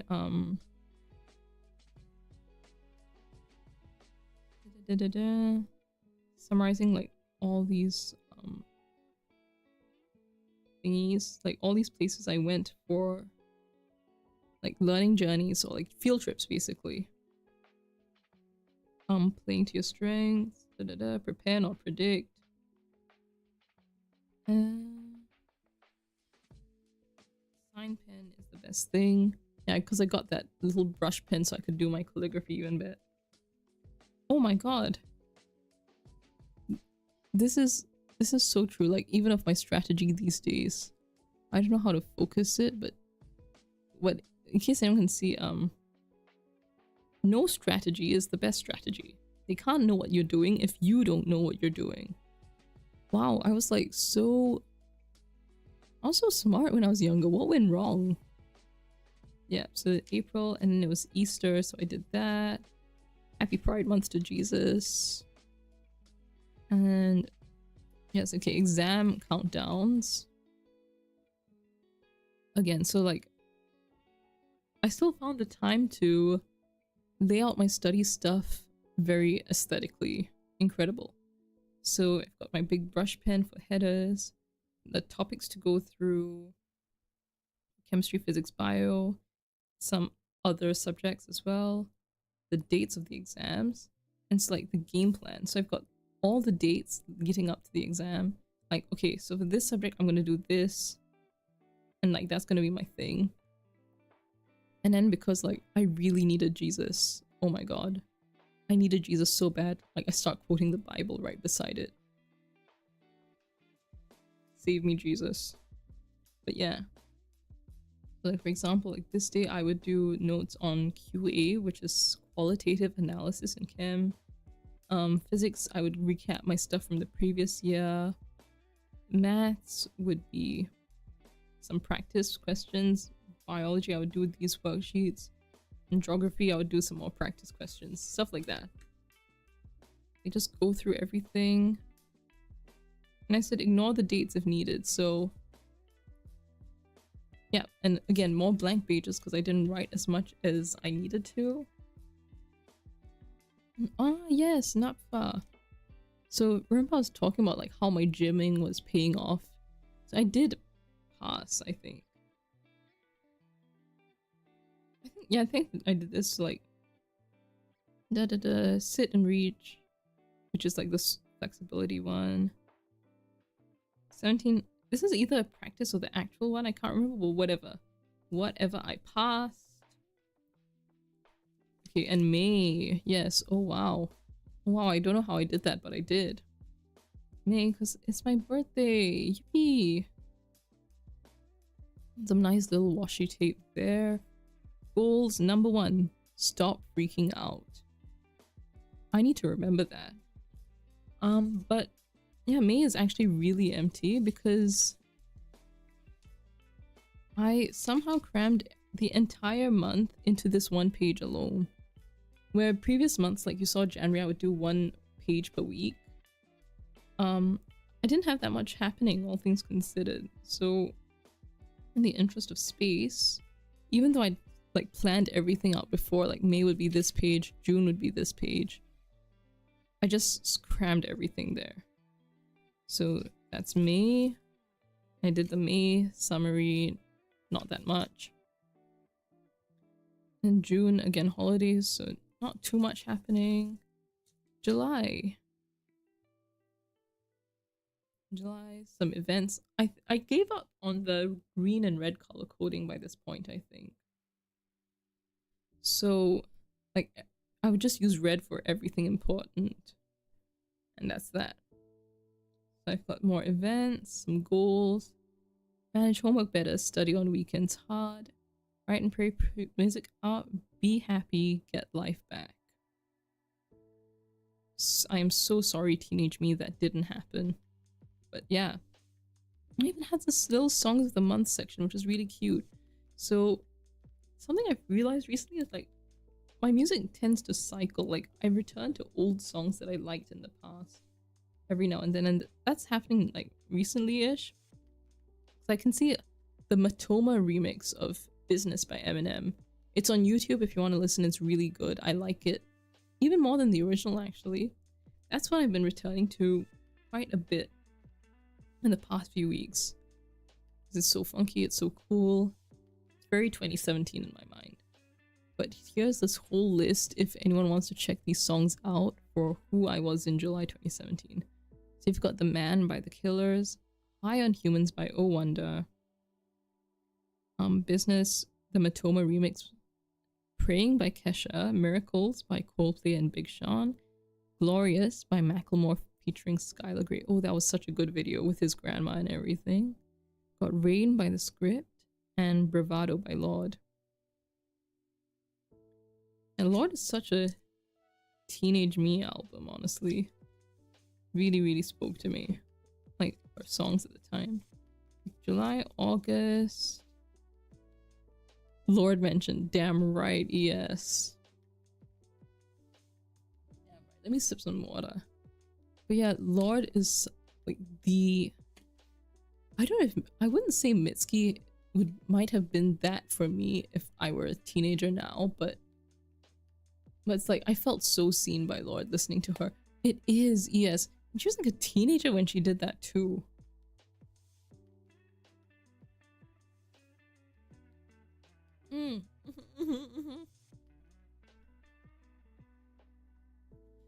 Yes, Mitski. Because, okay, the thing for me with like Mitski and Phoebe Bridgers is like I would listen to them, but there's something about their music, like it gets to me, and like within one song I'm like in this deep funk, and I'm like, if I keep listening I will start crying. Never mind. Let's switch to like, I don't know, Screamo. Which is an insane thing to see, but it is like, that is like how I felt checking their stuff. But yeah, they're all like really good at what they do. And I think they capture the human experience and emotions and stuff in a way that not a lot of other artists that I can think of listen to. And it's really interesting to think about like how like the choices you make of like the music you listen to, the things you do, how they shape you, right? So like a couple of months, I think ago, I listened to Marina's album, which was like, what was the one with Teen Idol on it? Let me see. Teen Idol, yeah, Electra Heart. Yeah. I'd only been listening to like Bubblegum bitch for the longest time. But one of those days I just listened to the whole album and I was like, if I listened to that when it came out, like I was a teenager at the time, if I had listened to that the time it originally came out, I would be so different. Like Teen Idol, that song alone I think would have rewired my brain chemistry forever and ever if I heard it when I was like 12, 13, 14. The land is in hospital, but so are we. Left me broken. Let me just check that again. Okay, the Mitsuki album. Naruhodo. I haven't listened to that. I will check it out. I'll check it out. Yeah. There's something about how Mitsuki writes and like she sings that's very raw and human and emotional for me. Like I'm not sure what the song is, but I can't remember. I think the line of something was like, "Mom, can you wash my back this once?" But she almost screams that line. I was like, it just hit me in the soul. Dog. Crazy. It's crazy. Music is incredible. I love being a fan of music. What music in? So August. Crazy. Okay, wow. Exam timetable. Who hurt me? Me. The answer's always me. And even more exam and like practice timetables. I'm like crossing stuff out in a highlighter to be bold. And I've got like this whole thing. I think this template is from Emma Studies on Tumblr, which I also found really aesthetic, and so I printed out and put it in my books and stuff. So yep. So study schedules. So I would like portion it out. It's like time for school, like lunch, then go to the gym. Like all these blocks of studying that I would do. Who is that? Who is that girl? Oh my god. Matt's notes. Matt's jump scare, guys. I'm so sorry. Yeah, I think this was since I had so many blank pages and like my teacher would go through exam questions in class, I was like, I'm just gonna use the space and I would write down the answers so that I can do the paper on my own, then I'll flip back here and check it once I'm done. Wow. Graphs. Graphical transformation. Who up? Transforming their graphs. The right bisector. Bisector. Me and my bisexual friends when we move into the neighborhood. And yeah, I get so busy with life that I just start combining them on September and October. Wow. More blanks. October, my school year is done, I think. I've got like October and November and December holiday goals. Blank. Because I am holidaying. Perfect. And let's see. After this point, I wanted to do like reviews and stuff, but again, lots and lots of blank pages. So it kind of becomes a scrapbook. I want to do like positivity, follow trackers and stuff. Reminders, which I wrote myself during exam season. Let's read this. It's okay to go open book if you know you can't do it closed. Unless it's the actual exam, in which case don't. Hydrate, 3 emotion marks. Emotion marks? Not wrong. Not wrong. Because what are exclamations if not intensified emotions? Hydrate, 3 exclamation marks. Which I'm gonna do right now, and you guys should too. Big gulp coming.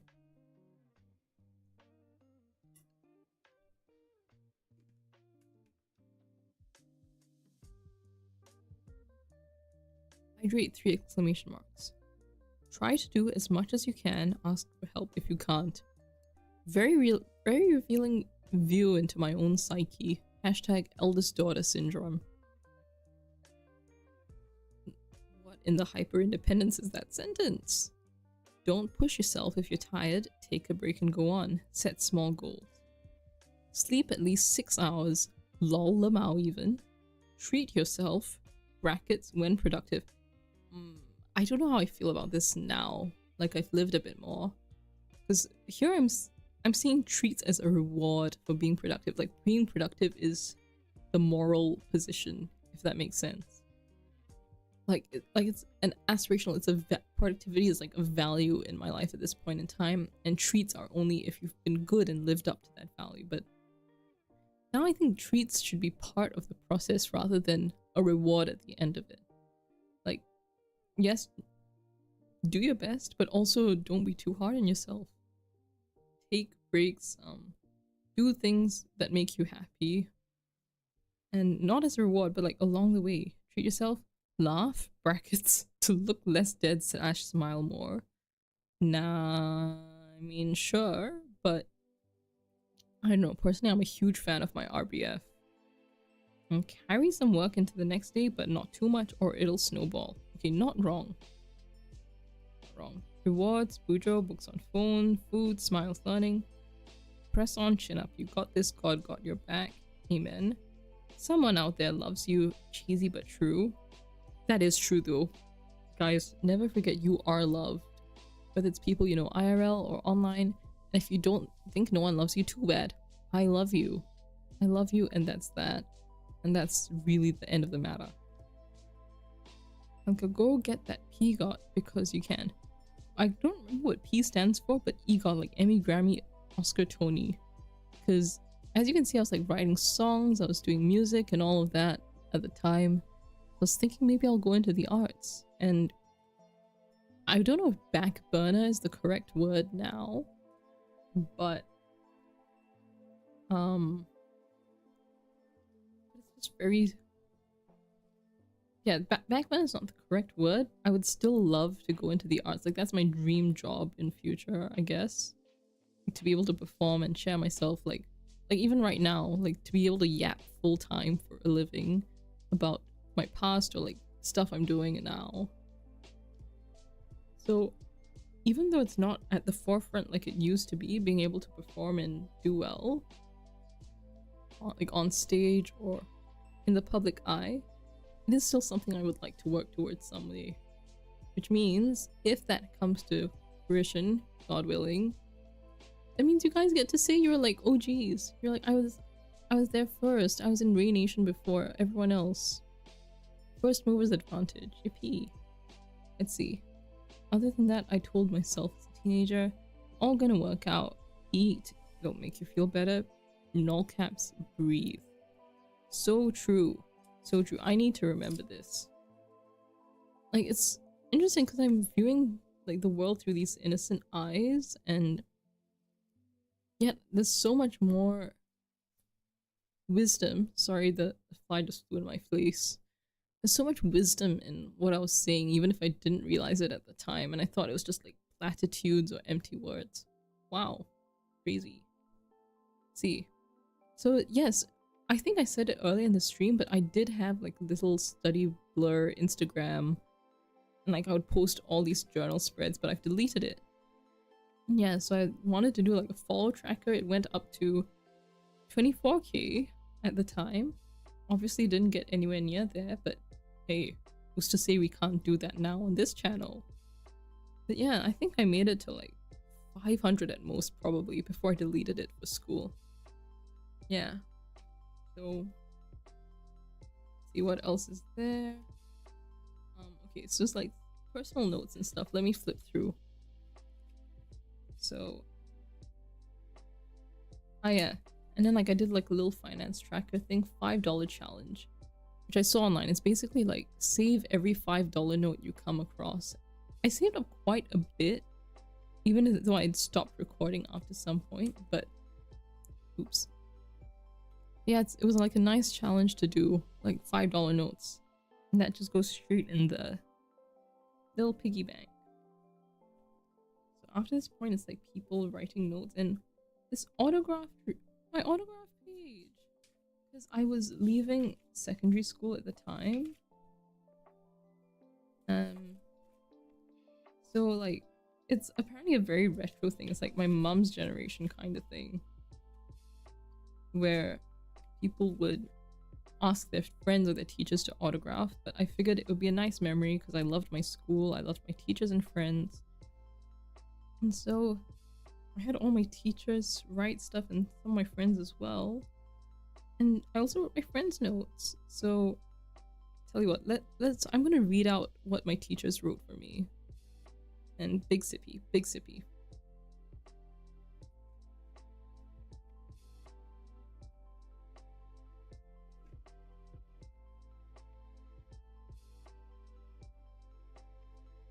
So my chemistry teacher said, chase after your dreams, and then just signed off there. My English teacher said, you are a sensitive soul and a warm human being. I'll miss you in my class. All the best. Do come and visit us when you're free. Live your dreams. Oh. I did manage to visit like once after graduation, but I haven't had time. I should go back. I really should. For maths, my teacher, who was also my form teacher for my class, said, you have been an inspiration to your friends by contributing lots for class activities. Oh, by the way, I always believe one day you will reach your goal. Don't give up. That's very sweet, looking back, because I remember a few years after that, like for A-levels, which was like the actual leaving school pre-university exam, I didn't do amazing. I asked this form teacher to be one of my referees for one of the unis I applied to but didn't get in. But he's not wrong. I did reach like my goal. I'm gonna enter the field I dreamed of even at that time in secondary school, and it does work out. My geography teacher, oh, I liked her. She liked our class from what I remember. And my geography teacher, she told me, you are a discerning student who has the capacity to give much more than when you do. Don't shortchange yourself of the opportunity. You are able to achieve much more. All the best for your life that is awaiting you. And so she is like, she reminds me of my mom in a lot of ways, and this is like in a little bit of a tough love way. Like, I don't think she's wrong about like the don't shortchange yourself, because that is true. Like, you should just grab every opportunity you get with both hands. But like in general, like this idea of not living up to your potential, or like you did so much before, why you're not doing it now, it's something that's like come up time and again in my life, something I've worried about. And hang on, I'm gesturing so much with my hands, so much with Handcam. I'm gonna put it here for when I talk.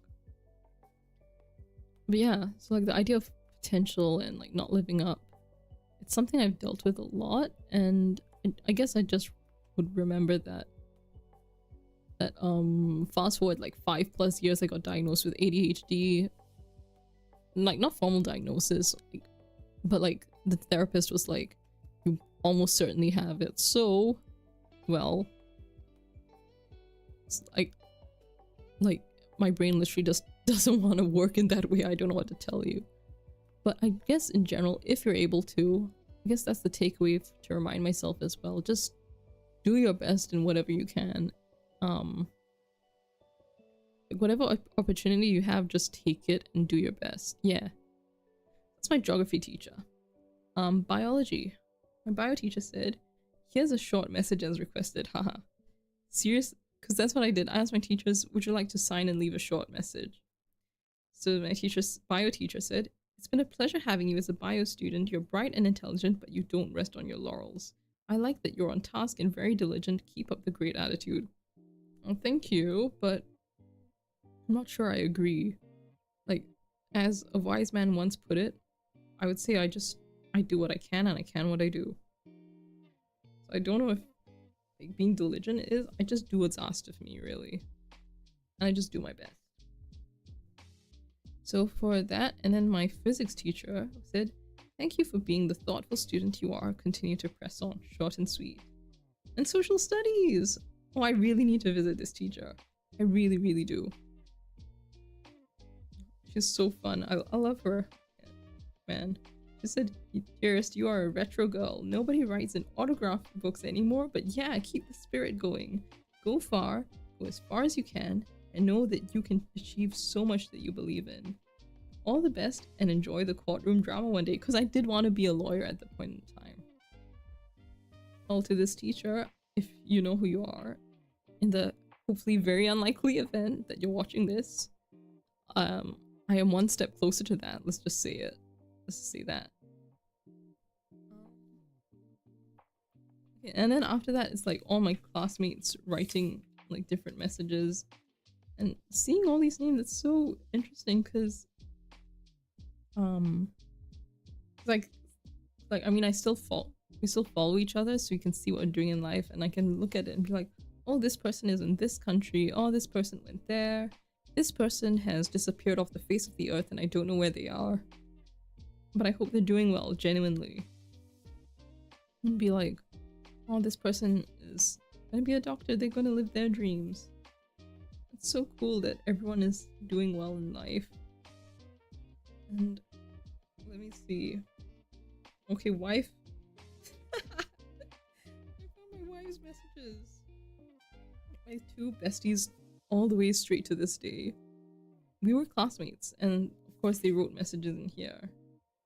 So one wife said, "Thank you for being my fellow pun master. This year has been so fun and colorful with you around, and I'm really glad to have been your classmate this year. Star Wars thing is super cool. You should totally keep it up. Keep fighting the patriarchy. I love you. I love you, girly." We should get married, I'm just saying. But that's one wife. And then the other wife, who I don't think she's here right now, but she said, "Happy graduation, and I hope you can find more friends like me because I complete your life." Smiley, big smiley face. Well, I kept my friend circles relatively like small and intimate, so I did kind of find friends like you, but also like you're my wife. You're like wife, capital W, wife. So you do complete my life, baby. I don't know why I called you baby. I'm sorry. I'm gonna send you the link to this stream, and we're both gonna pretend that didn't happen.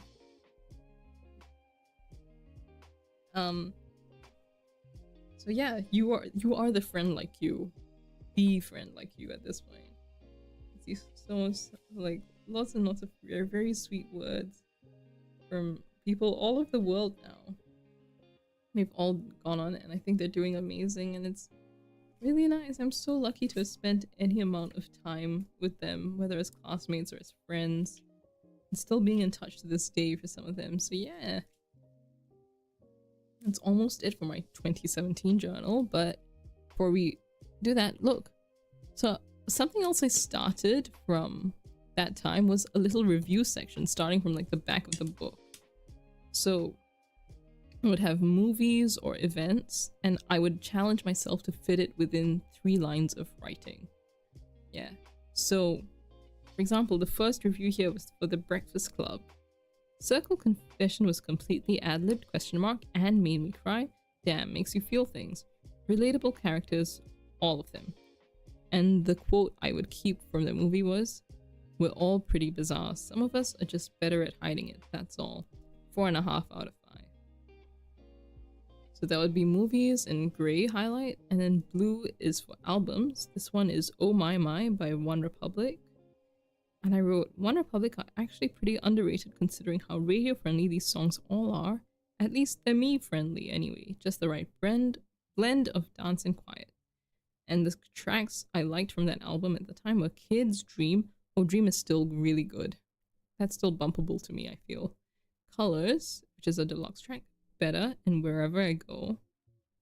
Lots of movies. I've got documentaries, events. I would do 6 lines. Let's see. Events. Ex Machina 2015. Let's see. This is very prescient. Ex Machina. Messed me up beyond belief, this whole AI Turing test conundrum. Kept me thinking about the future of AI, who the real villain was, how Caleb will survive the admittedly gorgeous house and all that, warnings for nudity and gore. My god. I think I need to watch that movie again. Because I think, like, when I think back to it, from what I do remember, it's like She looked like a human, and that's what got him in the end. But yet you see people like using ChatGPT as therapists and all of that. And that's like, it doesn't even look human. It doesn't necessarily have a human face, but people have personified the AI so much that it's like it doesn't even need to look human like the robots in Ex Machina did. People just still trust it and give it essentially their entire lives, and to some extent even their humanity, over to it, which I do not like that. I don't like that one bit. I think we need to bring Dune back. We need to ban the thinking machines. Yeah, so what else do I have? I watched that John Mulaney, Midnight Special, Independence Day, Pac Rim, my goat. Got like a lot of other stuff that I didn't end up writing for, like outings with friends and all that. Yuri on Ice. And oh yeah, Sherlock came out that like at the start of that year. Oh boy, let's not get there. Yeah, that's the 2016 journal. Sorry, 2017. So we have gotten through 2 years of the 4. For those who are still sticking around, thank you for listening to me yet. We've got 2 more years of journal before we get to like 2 years of journal before we get to this year's journal, because I haven't journaled in a while. So that's 2016, 2017, 2018, 19, like last 2 years of like pre-uni school and stuff. And as you can see from the spine, look at this, look at this. Now look at this. It burst from how much stuff I tried to put in here. This is another Muji dot grid notebook, but I didn't want to do the rings when I did this notebook. So I just did like the regular spine and it just burst open. So I put like a ton of super glue here and down here as well, so it wouldn't completely explode. We move. Yeah, so some random scrapbook paper. I do not remember where I got it from, but I liked it. I like all these little rose gold foil thingies. So yeah, that's what I pasted on the cover instead of leaving it plain. So January 2018. By this point, I'd visibly gotten more control over like my brush pens and lettering. And then this was like orientation in my new school that I was doing A-levels in. Like all the programs and stuff, and like all these auditions and stuff for the clubs I wanted to join. And this beautiful, beautiful bookmark that a friend made me, my junior. And they had this like fountain pen, I think. And this is incredible writing, guys. Look at them. Look at that. I'm not sure where he is right now, but I've heard he's doing really well, and so I miss him a lot, and I really wish him the best. He wrote, "Writing is the painting of the voice," from Voltaire. It's a beautiful bookmark, and I really used it well in this book. So I've gotten this, and oh shit, face reveal. I saw a photo on the next page. February. Okay, I'm gonna like angle it so you only see this side. I did that. Like, you guys see that? The little drawings. Because basically the orientation theme was like to do with mountains and all of that. And so I did these mountains while waiting for one of the talks, and it's really gorgeous. Yay me. The page beside it, I was writing down stuff that happened during orientation, and there's like group photos with my orientation group. It's really sweet and cute. Okay, and March, again, back to like the classic layouts I followed before. You've got the whole month, you've got stuff blocked out, and it's still relatively practical, I'd say, at this point. Again, I'm just writing down the stuff to do, crossing them out. I've got my school timetable printed out for reference here, and all that jazz.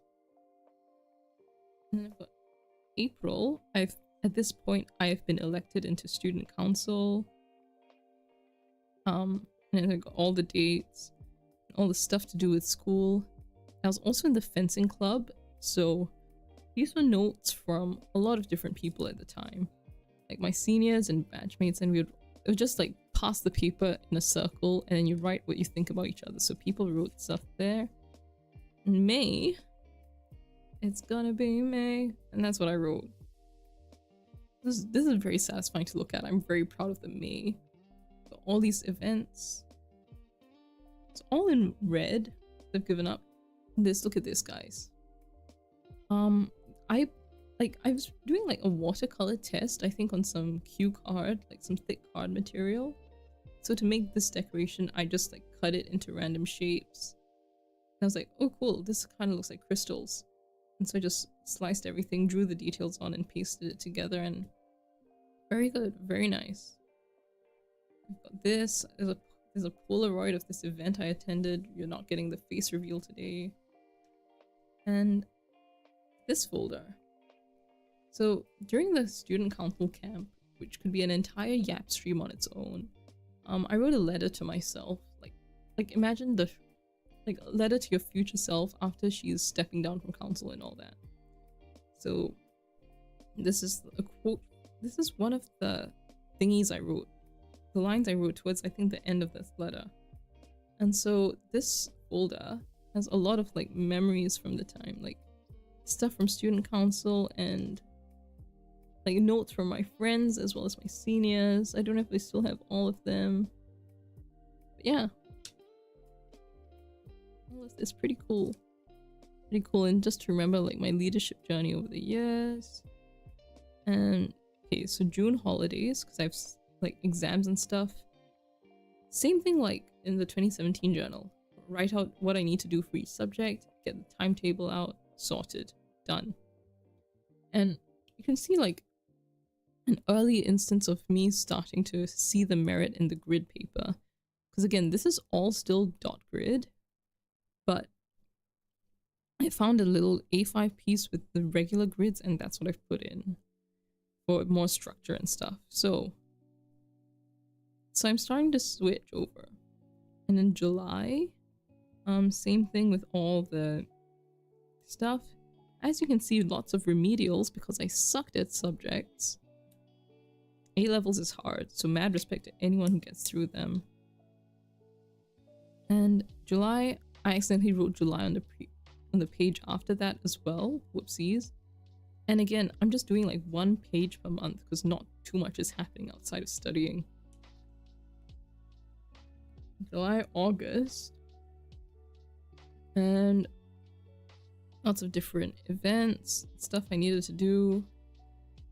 Okay, face reveal down there. Because I went out for a movie with my friends and we took a picture and I had it printed. A note from someone I worked with. It's very sweet, beautiful calligraphy. You can see the R in that there. Beautiful. Thank you to this person. And oh boy, okay.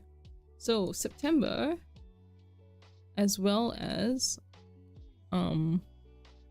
Inktober. So what I did for Inktober that year was like, there was like 31 prompts. So I was like, can I combine them all in one piece? And this is what I came up with. I'm still not sure what it means or who let me cook like that.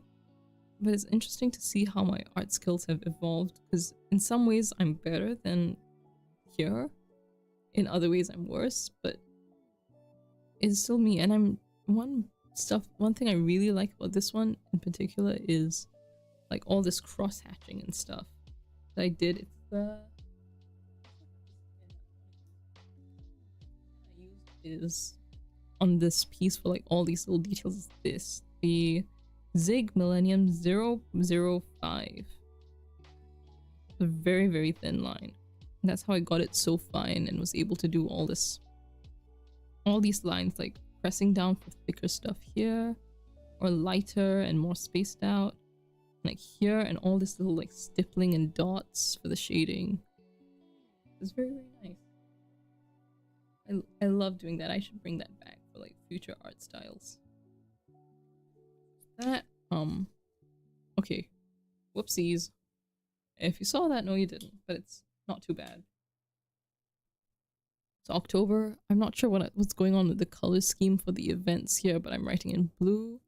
Is that? This other page is, again, thank you notes for my friends for the year. Thank you for being sweet. Fellow meme. Elmo. Someone drew Elmo, thank God. Incredible. Incredible. I hope all of them are doing well too. November, let's see, more sweet notes, timetables, and the debate. Oh, wow. Yeah, there was a writers festival and I got to attend the debate. It was really good that year as well. And then you've got December again, because A-levels are stressful. I'm studying this entire month as best as I can. So we've got different subjects, the timetable in general, what I need to do. Yeah. And again, pasted a grid paper over there. It's early signs of this big switch coming. And then what else? 2019. That's 2018. Look at this, guys. Are you seeing this? What the hell happened this year? Okay, well, I know what happened. It's A-levels. But, let's see, I've highlighted like this is, again, all of these are still Emma Studies printables that I stuck in here. So, highlight the holidays, boxed up big events, stuff that happened, or like highlighted exam days, my A-levels. And for some weeks that were really busy, I would get this weekly thingy from Muji. I have these posted still somewhere, and then I would fill all of these out.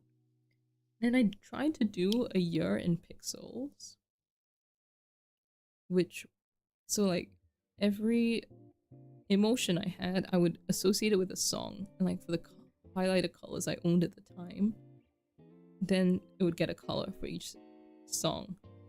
So yeah. And then like the song and the color and the specific level of emotion that it would indicate. And so you can see like how it went for each separate month. So like some days you have, in general, most days were pretty good, all things considered, or like pretty calm. Some days you would have very polarizing days, I guess. So like it would swing from golden days, like really super happy, to golden referring to the Fall Out Boy song, because that song is one that makes me cry.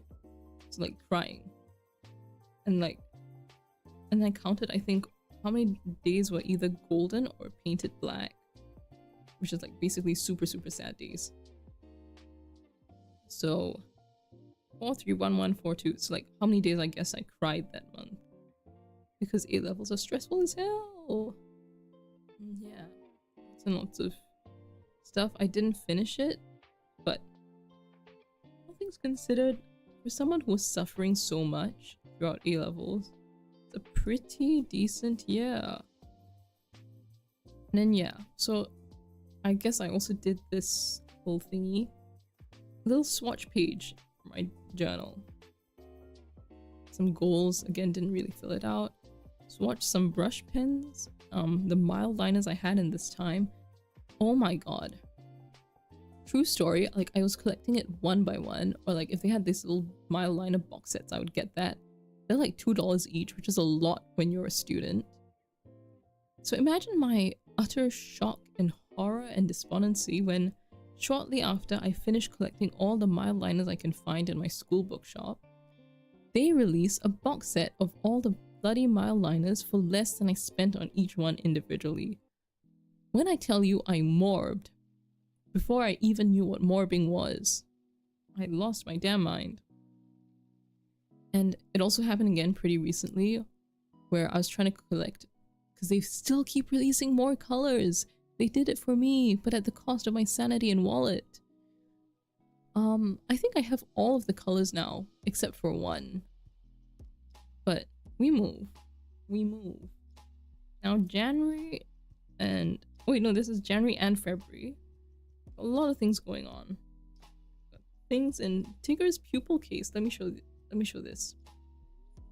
So basically there were a lot of caterpillars in like my school garden, And so the biology department was like, okay, every class gets a little thing, gets a little caterpillar to look after. I think it's called a tiger butterfly? Is that why we called it, my class called the butterfly Tigger? Let me see. Wait. A monarch. Butter. Wait, no, it's a monarch butterfly. It's a monarch, my bad. Regular monarch butterfly. It looks like a tiger because of the colors, hence Tigger.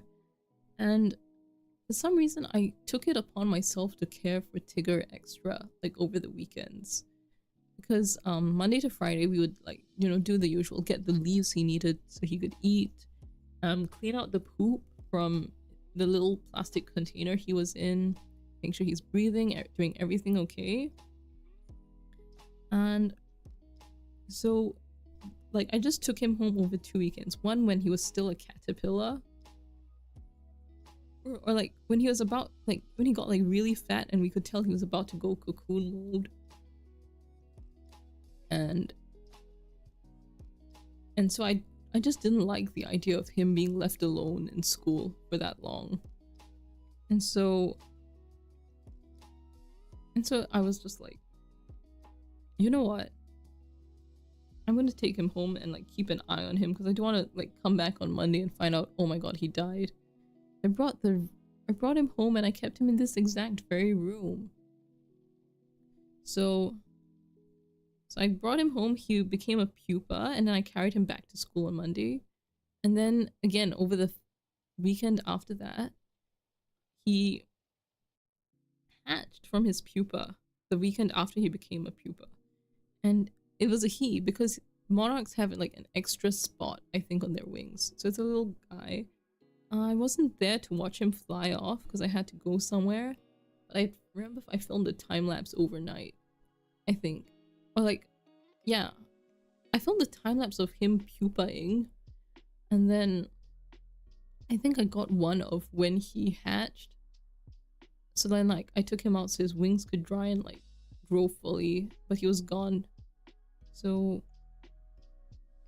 yeah, Tigger. And I kept his little pupil case for the memories in here. It's very sweet.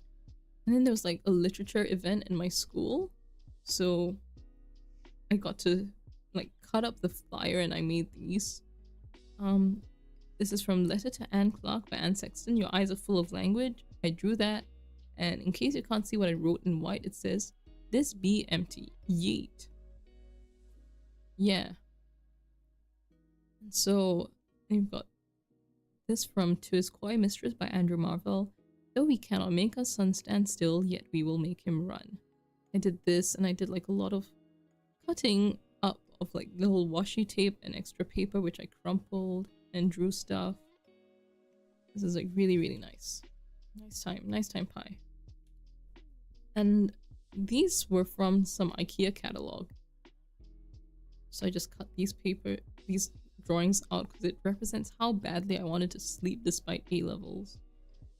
And then I did this little spread and like a little dreamland with the same watercolors. Inside here are, yeah, okay, so more notes from loved ones congratulating me and like stuff I was doing. And let me see, okay, so more stuff. This drawing I did. So I was trying to think of something. And I think I was talking with a friend. We were like, I'm pretty sure there's someone with markings on their face like this in Star Wars. And like I drew this while trying to think of who the hell it could be. I realized I think I was thinking about Jayla from, from Star Trek. So yeah, I cut this drawing out and I put it in here. I did something I do a lot, like I get these labels and I stick them all together and then it becomes a little collage, mini collage or like art thingy. Got another photo under here of my friends. There was this little kitten in my school for a bit. Like we had a school cat for the longest time, but a couple of years ago he retired because he's old and needed to be looked after, so someone adopted him. There's also this little kitten. Like people alternated between calling it Toothless or Shuri. No one was really sure of the kitten's gender. I think it's a boy. Yeah, and then there's one birthday note from my friend here, which I'm covering with my hand. It's a very sweet note from a very sweet person. Lots more notes for my birthday, including a very long one for my wife. Love that. And okay, fencing reveal. Damn, you see that? You see that? That's me.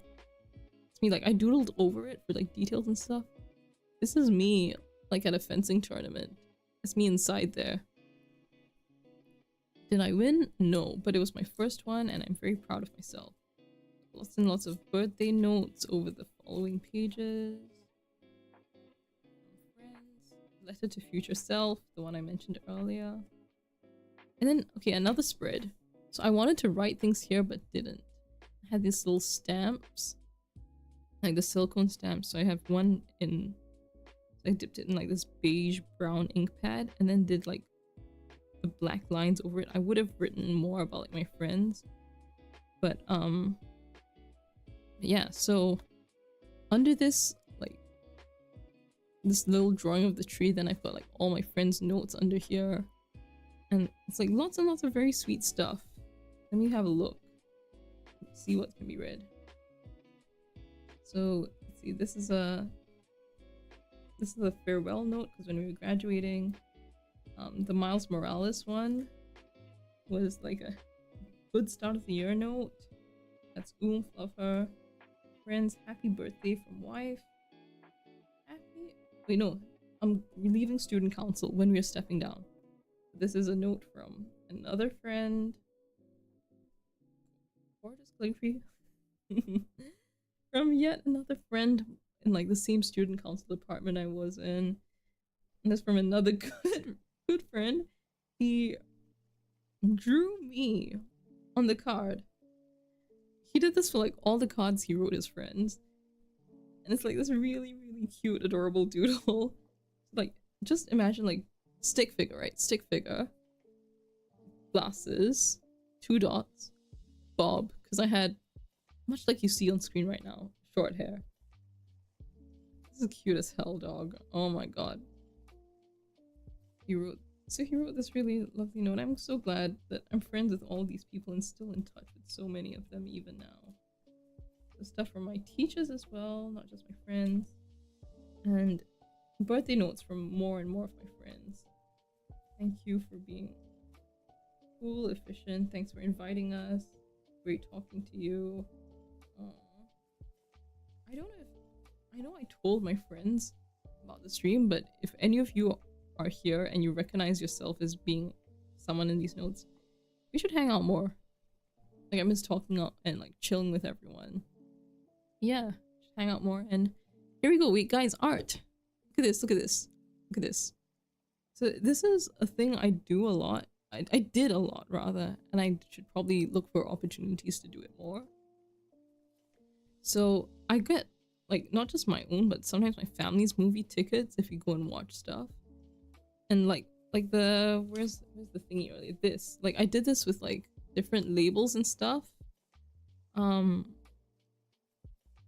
like Muji stuff, and like I pasted it together and drew over that. And this is like tickets for, I think, Spider-Verse or something. And then like I got this drawing of Tom Holland Spider-Man, but I colored it differently. And this is like all acrylic paint. I'm not sure what the effect I was going for was, but it's pretty cool. And then for like the typography effect in practical, then like got Peter B. Parker under here, and like from the wiki I copied that much. Yeah, pretty cool spread. And this, a very serious and legitimate inquiry into the most intensive subject papers for prelim and A-levels 2019. So some of the subjects I did, so I was seeing how many millimeters in like the pen ink refill it went down after each paper. Some subjects I didn't track it, but as you can see, generally for A-levels the ink tended to go higher, especially for biology. Did this significantly change my results? Nope, they were still pretty bad in general. but we survived. And the point is, even if you flop at one point in your life, it doesn't mean you will flop forever. There is always a way out. This is like one of those hidden poems. That's not what it's called. Blackout poetry, yes. So they had like a text, and then I would just cross out lines so like certain phrases or letters would show up, and then they would form a different poem. And I'm not going to read that because it was bad. And look at this. Look at this. Who let me cook? Who let me cook? This picture makes me feel like a lot of bittersweet emotions. And yeah, so this is when I went to watch The Rise of Skywalker with my friends and with my loved ones. And so here we have Rey and a very unfinished BB-8 walking into the twin sunset. I wasn't super confident in my art abilities at the time, so I feel just very proud.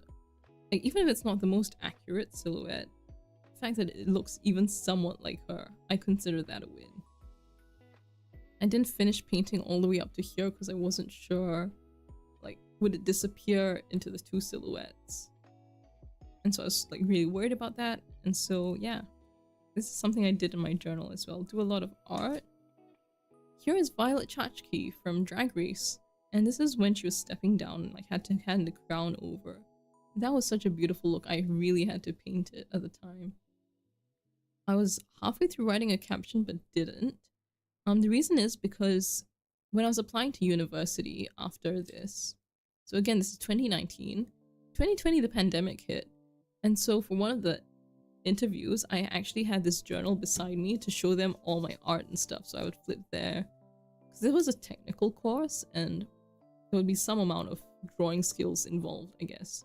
So I had that beside me to have something to talk about over Zoom if I needed to be like, hey, so yeah, I can draw, I've been exploring, they're inspiring because they're creative.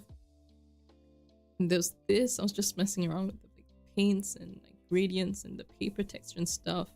It's kind of rough paper compared to the smoother regular paper. And this is Kimberly on Instagram. And yeah, I remember mentioning her during my interview where after I painted her, because I think her story was that she's a model but wasn't being able to book any shoots, so she would basically do her own shoots at home. Like, she would come up with a concept, do the sets and everything, and this is one of it with the paper, and I did my best to draw it as best as I could. And it's like really high concept stuff, really beautiful. Got another drawing over here.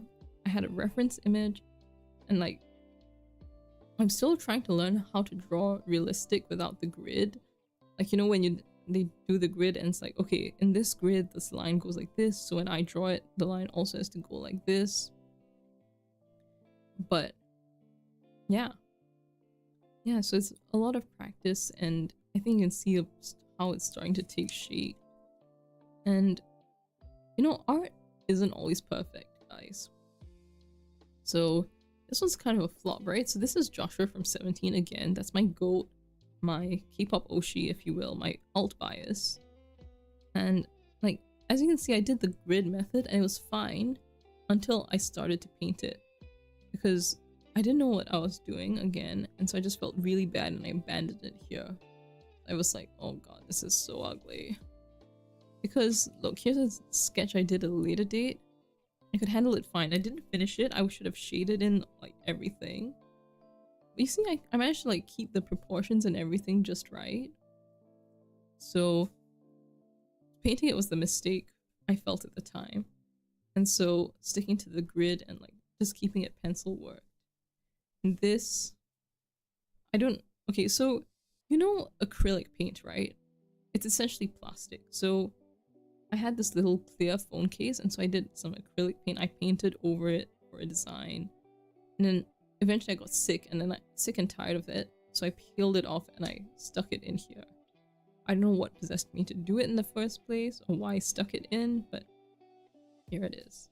It's that, and I did like a little drawing, like a figure thingy. Like, I wanted to do it like if I were in the Met Gala, what would I have done? But I didn't draw the outfit afterwards. And yeah, so this is not junior college anymore. like I finished my A-levels at this point. I thought I would have used this in uni. So this was like my university timetable full of Zoom classes, 1 or 2 face-to-face, but then I actually did not touch it beyond that point. So yeah, that's pretty much it for this one. Yeah, it's just completely blank. So yeah, it's my 2019, a little bit of 2020 journal. And for what it's worth, the art did do its job, because I did get accepted into the course where they, like the course I showed them my doodles on. So like, portfolio works, guys. Portfolio works. And so, hang on a second. That's all 3 of my past journals. So I hope it's given you guys like a bit of an insight into like who I was as a teenager and how I journaled, and like how it shifted with my priorities. So it's like the first journal, very functional and whatchamacallit,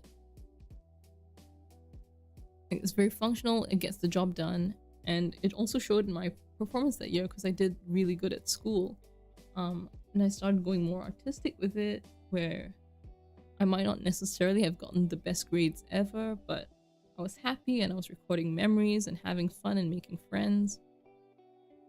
And so it's a really nice time capsule into that era of my life. Even if it wasn't all positive, there were highlights, and even the way like I write stuff down with my tasks and keep memories and like stuff people do.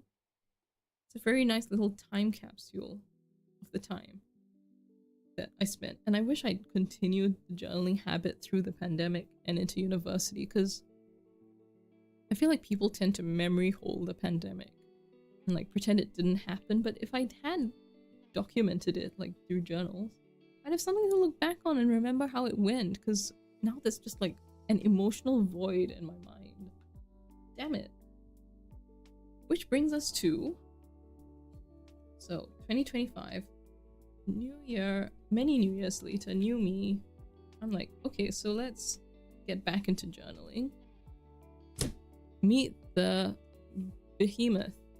So I've heard so much over the years about hobonichi, and I decide this is the year I'm going to start doing it. And so hang on a second. Yep, I just need to check something. So like I've heard about the paper quality and like the layout, and I want something very functional and doable. So for my birthday, I invest in the hobonichi and like all these accessories with the intent of using it for many years to come. So right over here, it's like this little pencil case that attaches to the front. You've got slots in here, you've got more stuff inside. So I've got this cover, this beautiful, beautiful cover. Wait, oh yeah, I screwed this up already. Well done. I've got this pen. For the 2025 hobonichi, I've heard this stuff with paper. Hopefully next year is better.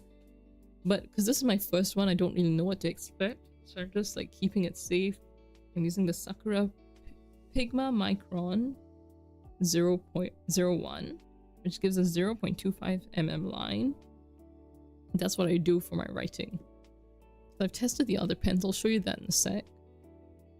And so I'm using the A5 hobonichi cousin with the spring start. So it starts in April, so I didn't miss too many months.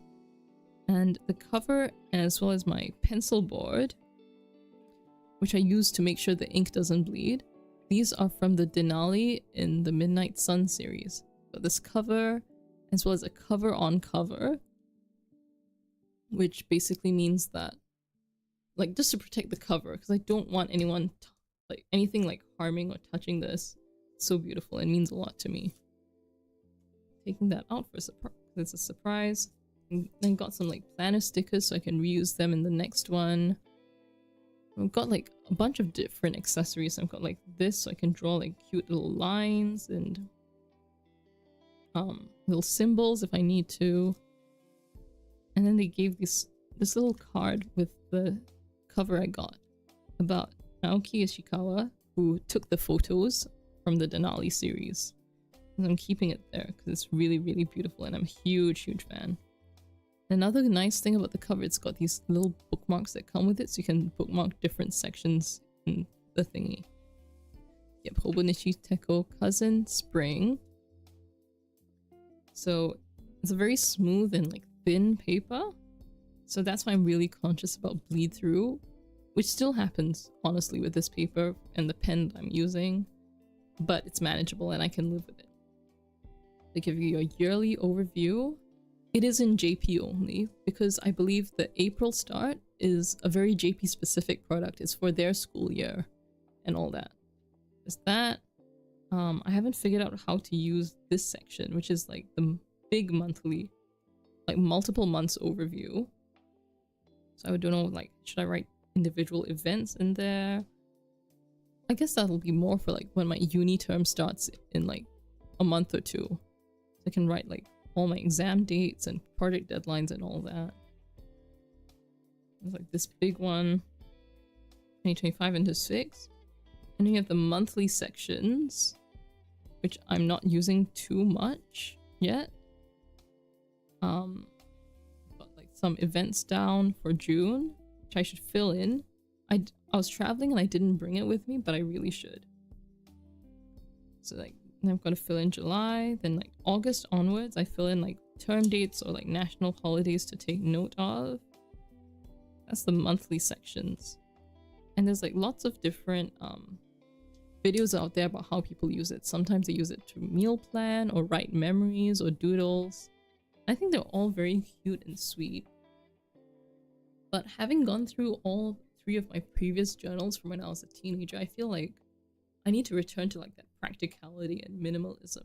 So doodles are like nice if you have time, but they aren't really me right now. Because hang on a second, I just remembered, where the hell is my doodle page? Yeah. Oh my god, I missed it. Forgot to show you guys. Inktober 2019, I did like 1 square for each in the middle of my A-level revision. This is what it looks like. Some I'm prouder of than others, but I did it. Yeah. It's like, maybe I could do doodles like this in like each square. It's like little drawing practice in the future if I've got nothing else to write in the monthlies. Got all my school exam dates and stuff.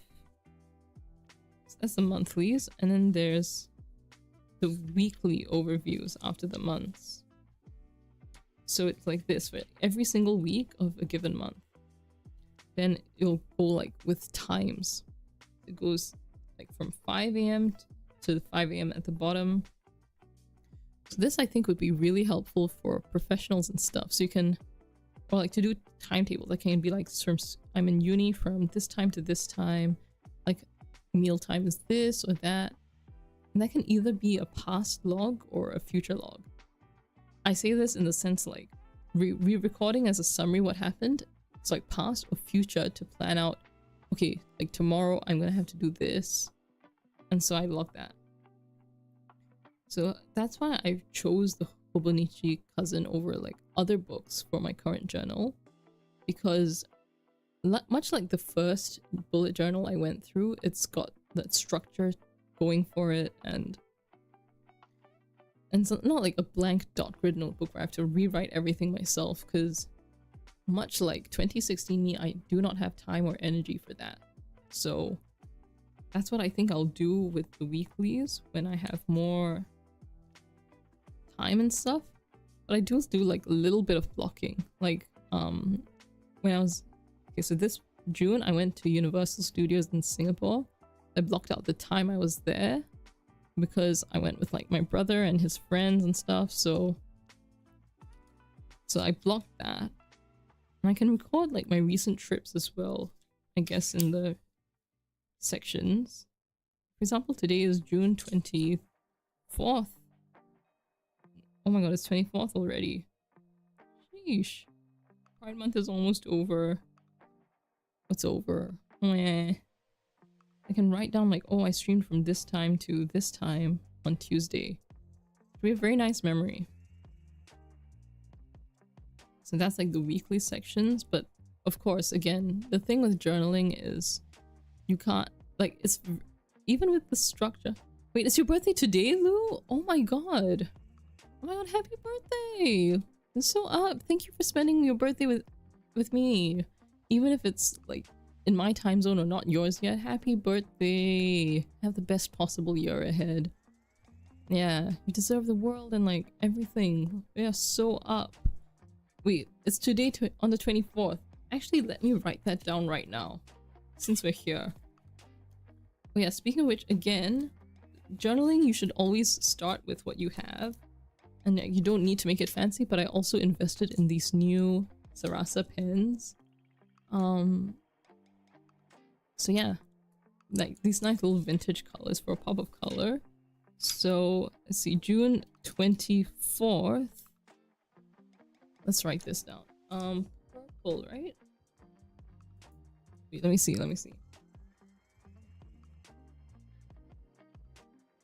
No, it's red. It's this reddish, beautiful shade. So 24th is blue.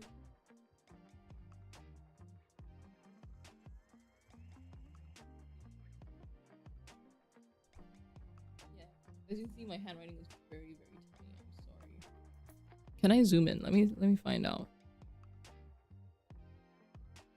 Lens.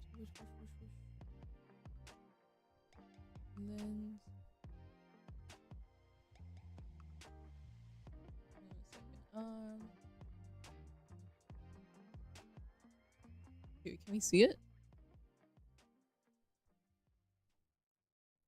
Let me turn this off and on again. Oh, sweet, of course I would. Hello.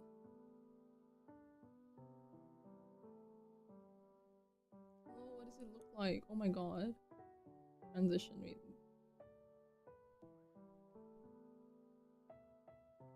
Okay, I don't know. It's kind of out of focus.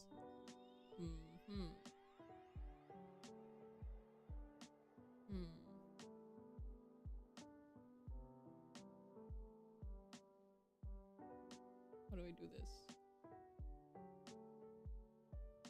Okay, whatever. We move. Okay, so Lou's birthday. Ever and ever. Usually I put my oom's birthdays on like my calendar on my phone, but I will keep it in here so I can add it as well, and I can add all my oomfi's birthdays and all my friends. Thank you for stopping by and spending your birthday with me. Yeah. Happy birthday. So yeah, all the monthlies are in. I should write this in the weekly as well. It's actually purple, not red.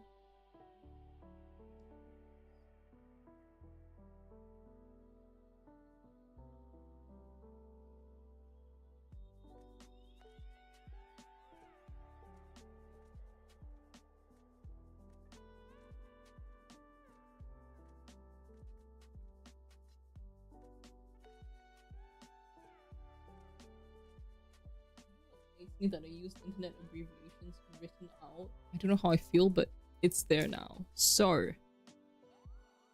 Where did the camera go?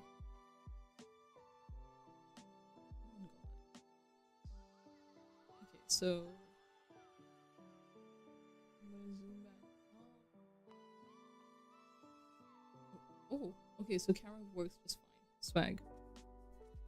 So I added the stickers. It's the wrong one for each month, I think. Like, it had to be the longer one, actually, but we move. So, first page, I did this whole ink swatch for, like, the pens. But yeah, pencils, different pens I have, the colored pens. This random multicolored pen, like, you know, the one with all the little tabs. And I did my little highlighter swatches. And had several crash outs because I had to collect all the missing shades of the next few days. I don't even have all of them, technically speaking. Like, there's one shade that I think is America exclusive, but I can't get that where I am, so yeah. And then, like, I did that so I could check the bleed through. So some pens, I don't know if it's super obvious on stream, but some pens bled through more than others. This is what the highlighters do. So yeah. So yeah, it's like I can deal with this amount of bleed through, it's fine. I don't know if ghosting is the correct word, but yeah. But all these quotes in Japanese, unfortunately, I am terrible at reading Japanese. I will work hard and improve. But the English versions, which I believe are January start, they'll have the quotes in English. So it's April, May, and we are in June. I have a lot of pages to back write, honestly. And so the first day I got this was... I actually got it late May, but I only started feeling brave enough to write on the 3rd of June. So again, this is a grid page, which I realize I like more than the, whatchamacallit, the dot grid now, because of the structure and the thingy. Like Ka was saying earlier, I think Ka also likes the grid. And so the thing with the hobonichi is that they've got like different sections, different little subtle sections which you can stick to. It's like this is like a tick box for little tasks. But because I was bored, I tried rewriting this quote very badly. I did not write the kanji because I'm terrible. Again, I will improve and work hard. And so like I just wrote down my days since I'm on summer vacation. So I was asleep from this time to this time, which I wrote in this grayish blue shade. And then my meals I would track in dark blue. So it's just pretty much that. And so since there isn't really much tasks to write, I've been challenging myself to write and express my feelings, but haven't been super artsy with it since I started. So I want to challenge myself to write until the end of the boxes and see if I can express myself like as best as I can. So here's what I wrote on 3rd June. Today was certainly one of the days I lived through this summer. I'm very nervous writing this because 1, this is my first entry and I'll be back writing from here, and 2, I'm filming this. Hopefully I'll remember to upload it on YouTube, Lamau. I have not uploaded it on YouTube. I am so terminally forgetful, it's unreal. I think Sakura Pigment Micron, the 0.1, this pen, might be the move pen-wise because my old faithful Muji felt unusually scratchy on this paper. This pen is definitely scratchy too for real, but this feels about right for me, I fear. The Sarasa's glide in a really beautiful way, but I'm terrified they'd smudge too easily, so I might use them for timelines, see left, or pops of color where needed. In any case, having flipped through my old journals, I don't want to stress too much about decoration or aesthetic. At most, I might bulk decorate on stream ? If you guys want to see me do like a proper decoration stream, let me know. On stream ? Or maybe stick to simple doodles here and there. I want to let go of that need to have all of my stuff so perfect and carefully curated, as uncomfortable as a loss of control makes me / goes against my nature. Oh, I'm glad to hear that, Lou. Yippee! Yeah, so that'll definitely be a stream idea. Like, instead of just study streams, you guys can watch me journal and like do the decorations, because I have bought more supplies to treat myself alongside the journal. Like, I've got some little scrapbook paper here. Like, this is an example. It's got dots on one side and like just some little bit of texture going on with the paper on the other. And also like this very funny and practical purchase. I could just use scissors like a normal person, but why do that? You can get this. This is a corner rounder, and it's exactly what the name says. So you put the corner of your paper or card or whatever, you line it up, just like that, and press it and boom. Just like that, the corner is rounded. Do I have any practical use for it outside of this? Probably not. Did I spend $10 on this anyway? Yes. Yes, I'm so good at managing money, guys. Can you believe I have a degree in finance? It is cool, Lou. It's like, I'm not going to use it for anything else outside of like, rounding corners for like projects and stuff, but it's a nice little fidget or like little thingy. Because I know if I use my scissors, I'm going to mess it up and get frustrated and cry. So it's a really nice little implement for like simple stuff. So yeah, that's my little scrapbooking supplies so I can decorate it on stream with you guys. Let's see. As uncomfortable as loss of control makes me goes against nature. Function is greater than form. The choice of this journal was deliberate, as it would give enough structure to each day, while also leaving enough room for me to go just a bit crazy. Just a bit, teehee, we dabble in it. Outside of the regular summer routine of sleeping in, doing in-game dailies, future me, have you found a Zane yet? Okay, I don't think I meant 3 weeks later future me. I meant, like 3 decades later. God, I hope I find one. And doom scrolling or watching YouTube clips, there were some bits of good news too. My friend was one of 3 winners for the Best in Consti prize. My absolute goat! What did I tell them? I genuinely be one of the best to ever do it. I'm honored to know and grow alongside them. Kuzuha from NijiJP, one of the most iconic and legendary VTubers perhaps ever, finally hit 2 million YouTube subscribers. And the thing I was dreading would happen, like an IRL thing, thankfully didn't happen.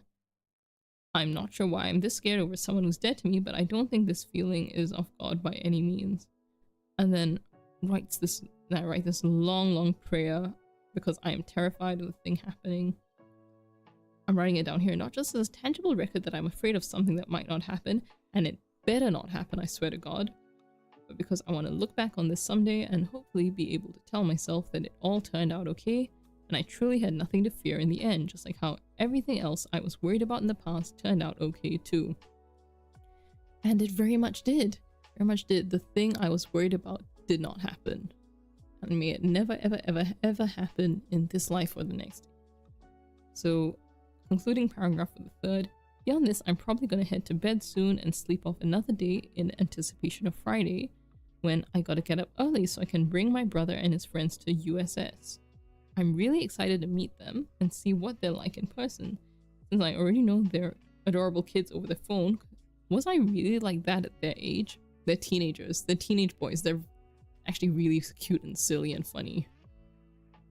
Hope we're able to have a good day out then, and come home and have a safe weekend too. But let's get through tomorrow and Thursday before that too. Let's do some stuff that isn't bed rotting for once. I'm pretty sure I bed rotted for quite a while after that, but yeah.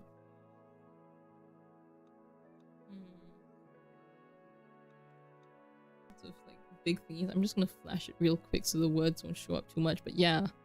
So I write it so I could see if I fill out the whole page. I really did that pretty much the whole way. And let's see.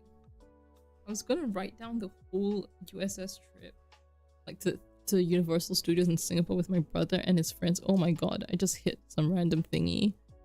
Oopsies. Thanks for not acting up, Windows. But yeah. So like, USS trip with little Timmy. I call him that because like you imagine, like when you hear the phrase little Timmy, like imagine like whatever face you imagine a little Timmy has, my brother has that face. So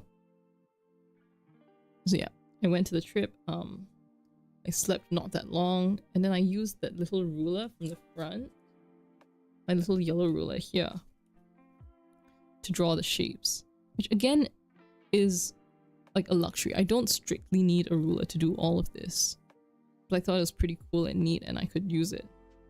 So yeah. Just that. Steamed broccoli, and I kept track of like meals I was eating as well. And lots of stuff. And then like, because I got very busy and stuff, I've got all these different thingies to write. And yeah.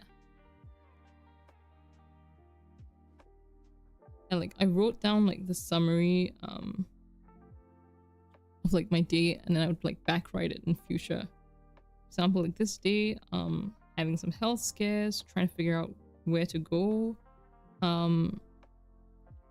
being angsty, but what's new. I'm just gonna flip through. Yeah, this was the other day. This was the 18th. I got to eat some Cinnabon. Cinnabon's really, really nice. Love that. It's peak.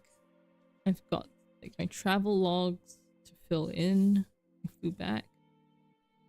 And yeah, so it was basically some part of India to visit relatives. And so, did I say it was 23rd? Today we're gonna go into 24th. And so let me think. Let's fill out the timeline. Let's journal this one live and then I'll wrap it up.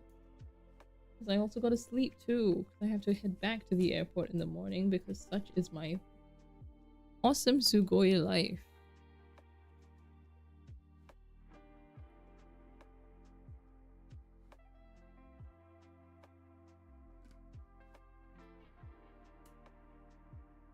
Big sippy. Let me see. So Monday, let's see. So this was India time.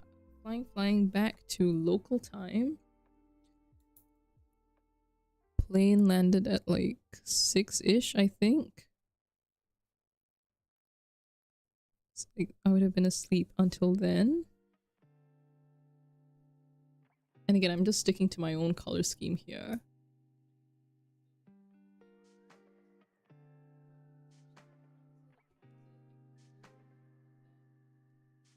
Again until 3:30. This is very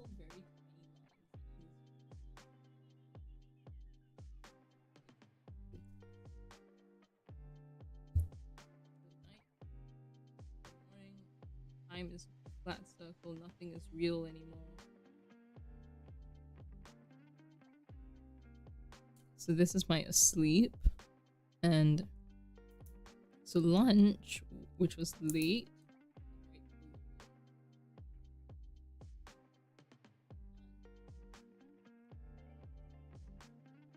How do I do this? How do I angle this? I'm not used to writing with the thingy like this. Where?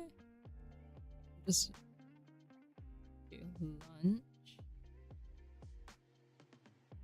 was rice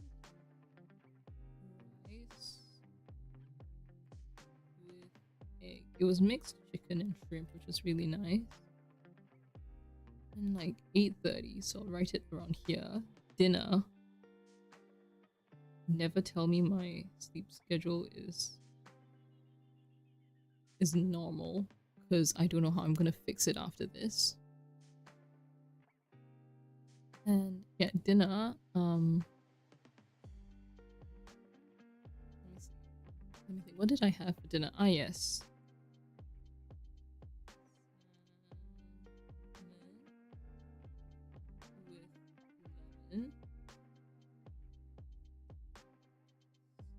Steamed broccoli. I'm not sure why I'm writing so big. My handwriting is really small. But yeah, that was pretty much it for dinner. Usually I would have dessert and I would have written it, but nope. So I started stream at 10:30 local time. 21:22 to 10:30. I'll go until like, let's say 2:30 at most. 2:30, which will be here. 2:30 if not 2, because after that I'll sleep. Like just that much. That'll be stream. So let me think. Let's see everything I want to write about.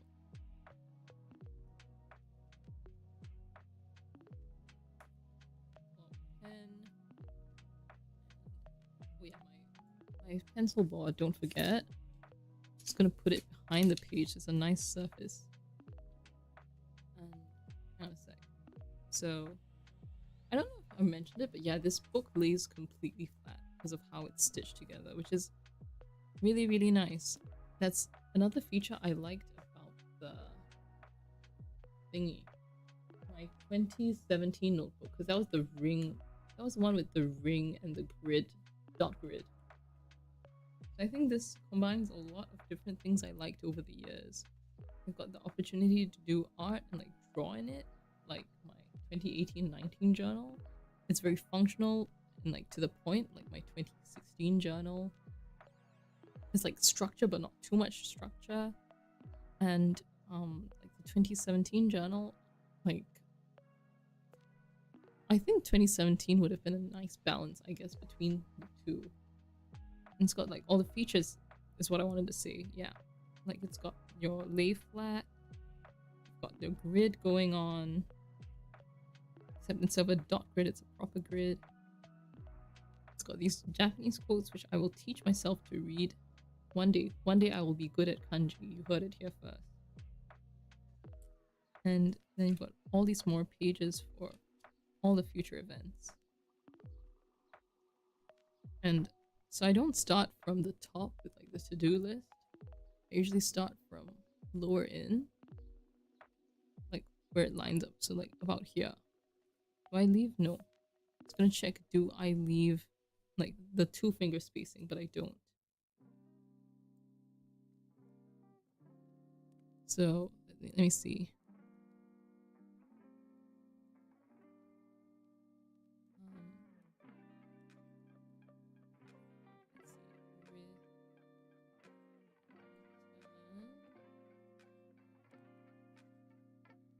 Okay, I'm gonna zoom in because I don't think anyone could see it from here. But I am writing.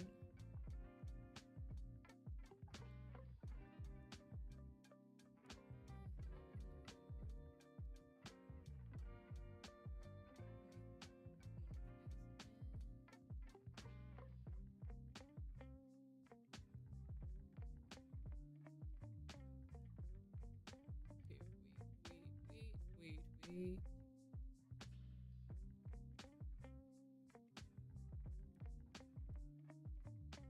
It's a bit blurry, I fear.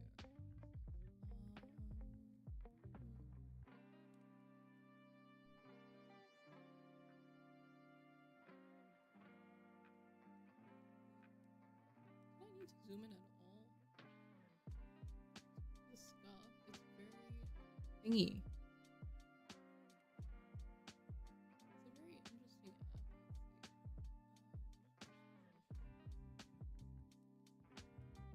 Okay, wait, so this was normal. Let's see. Okay, there we go. Gorgeous. Big hand reveal. Like whoa. Whoa. Oh my god. That's peak. Gigantic ass hand.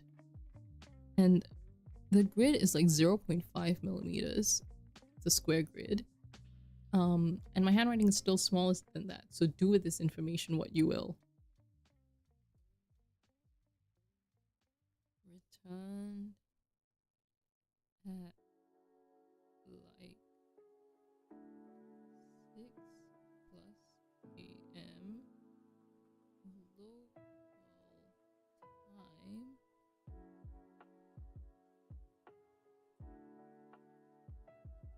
Okay. I'm gonna put Screaming Coco Melon Baby on this page and not the previous page. Because the previous page, I had a good time with my family and I want to record that there. After.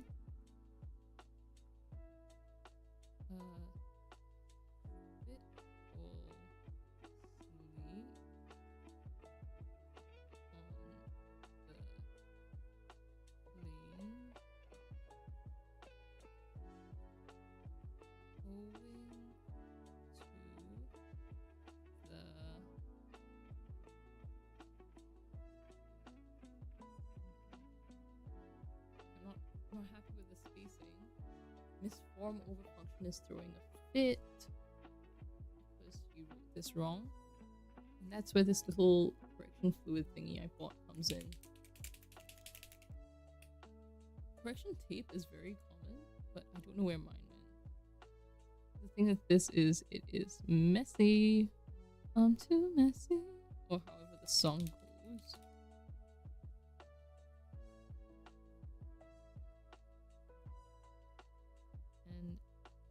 I just felt like it fit the aesthetic better.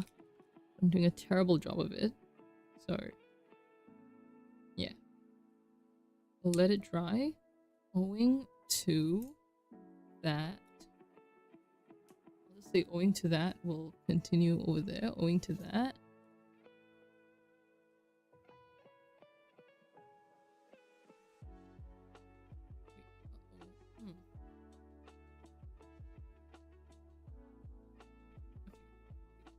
the tripod is in danger of falling, but it's fine, it's fine, it's fine, it's winnable.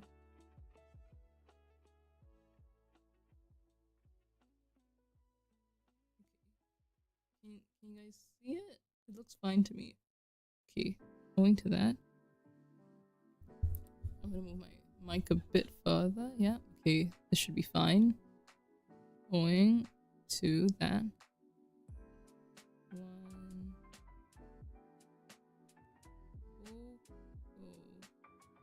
Melon. Thank you, Lou.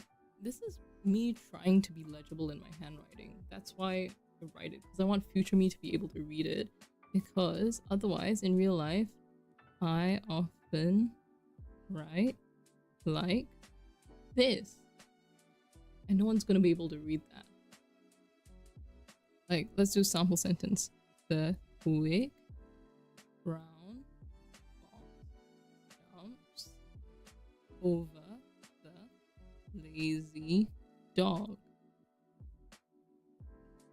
Not too bad. Not too bad, but like we were saying earlier, people might not be able to read cursive anymore these days. So that's why I make an effort to like write like this and what you call it? And like make sure it's readable. So even if it takes me a long while to fill out the page, like I'm challenging myself to. If it's readable, I've achieved my job. And especially because like school and everything, you type everything out instead of handwriting. It takes a bit of a while to remember how to write with a pen. Like which page? My first page, I think it took me like an hour to write neatly and to like practice the hiragana and katakana because I knew how to write that rather than the kanji.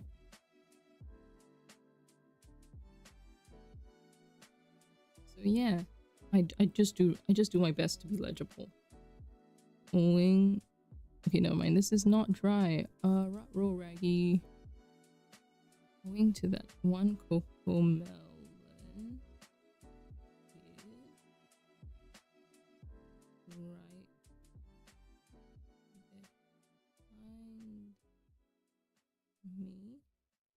Right behind me on the lane.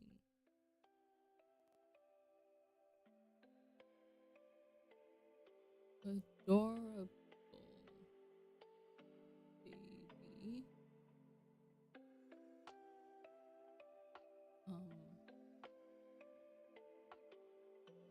Honestly,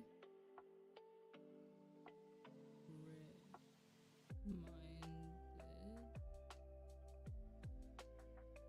Normally this would stress me out that I've gone beyond the boxes. Then it's like disorder, but function over form. I need to keep reminding myself. Reminded me of how I look at that age. It's true. It was a really cute kid. You see this beautiful woman in the bottom right corner of your screen? Now imagine that as like a 3-year-old. That kid actually did kind of look like me. So I looked at that age. And I know she and her mom were doing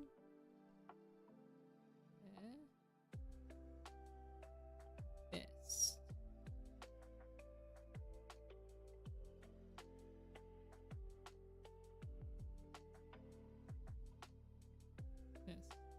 what I would write here is, but it also reminds me of when like we first flew over with me and my family, and my dad said like being on the flight with the screaming babies made him realize he actually lucked out with his children.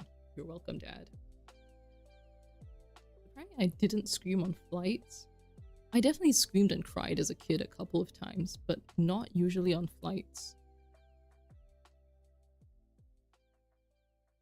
You know, she and her mom were doing the best.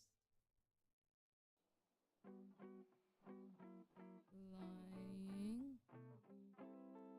must be so scary when you're that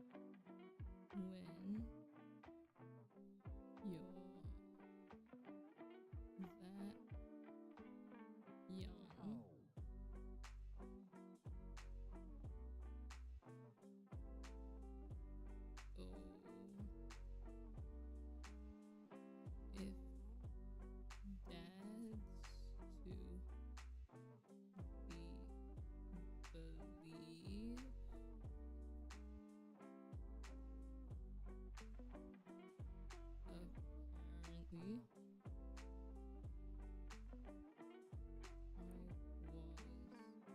If dads to believe apparently I was okay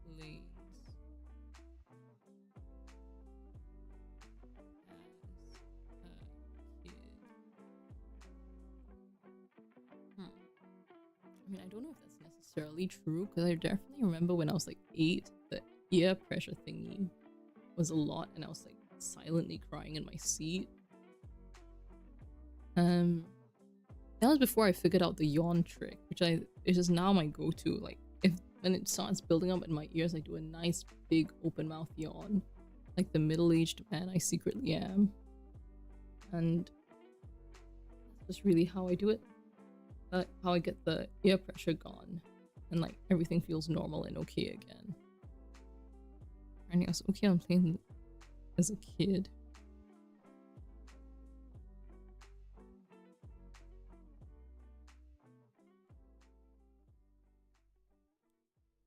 But sleep aside,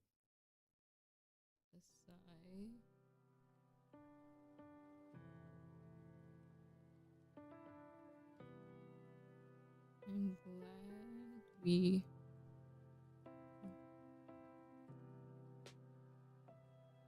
traveled there and safely, despite my own fears. Thank you for the comfy time and getting to know you better. Thank you for coming, Lily. I really, really appreciate it. Yeah. So glad you could stop by. This or any other VODs you want to catch up on are always available if you want to. And yeah, hopefully I'll be able to see you if and when I can stream again next. Thank you. Have a good day. Love you. So as you can see, guys, I'm a pretty slow writer because I'm trying to be legible, but yeah. So yeah, I'm glad we traveled there and back safely despite my own fears, because honestly, after recent events, I was really scared of getting on that plane. But I'm here. I'm alive. Yippee! Out there and back safely despite my own fears. And I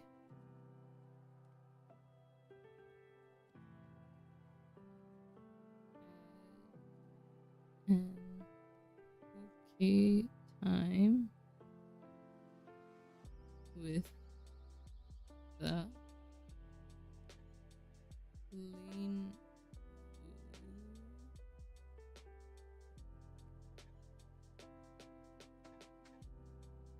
and TV.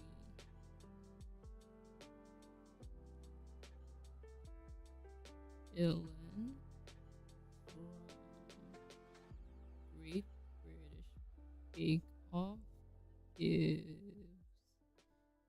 me gender envy. Not gonna lie, he's adorable. She really is, guys. I need you to Google Dylan Bake Off right now.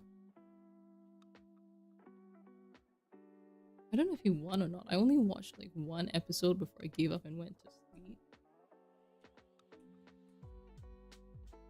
Dylan Bachelor, he's oh my god, he's so young. The hell do you mean? He's younger than me. How is that? Yeah, he looks like a really sweet guy. It's really cute. Love that. Love that. Apparently he's like mixed Indian, Japanese, and Belgian. But yeah. I love his hair, honestly. How does he do it? How does he do it? Apparently he's like really good baker. They had the episode with the pies, the autumn week.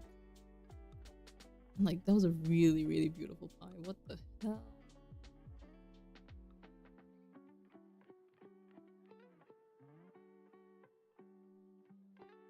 He's goated.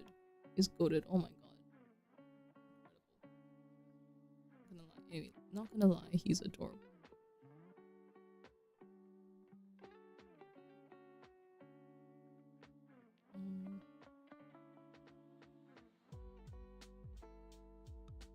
Let's see. Little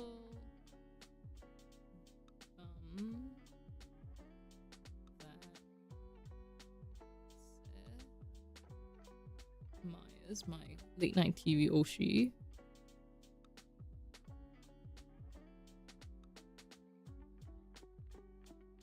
Wasn't on the live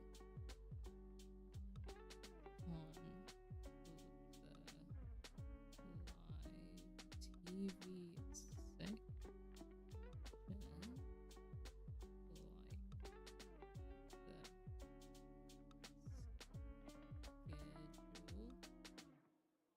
the schedule it would be.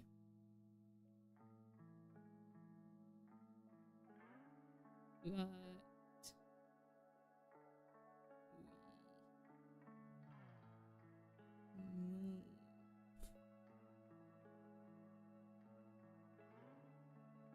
yeah, because they had like a little live TV thingy on the plane back. And the schedule was like, okay, this channel is gonna show Late Night with Seth Meyers. Like, oh my god, yay, I love Seth Meyers. And then it was like, not that. It was like some news program or current affairs, which I usually love, but I was like, I wanna watch Seth Meyers. Okay, never mind, I'll go and sleep.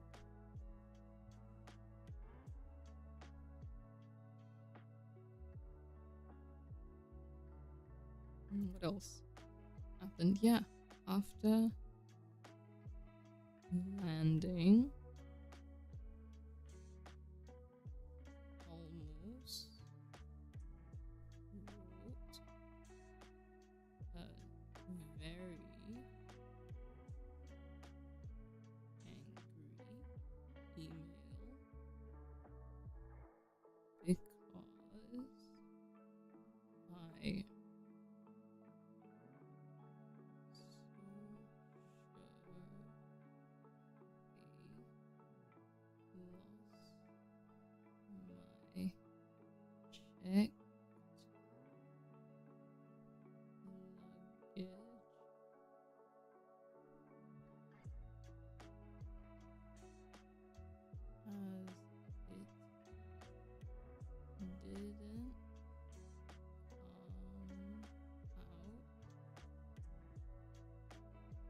out the closet. No.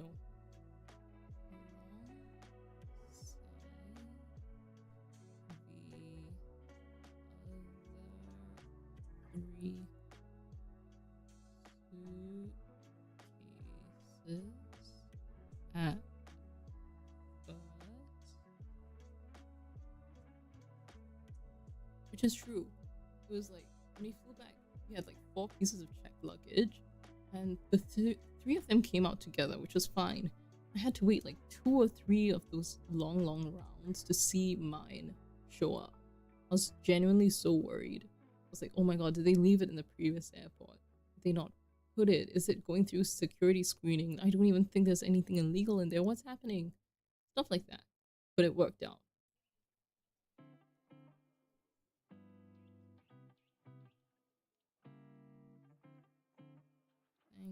My anxieties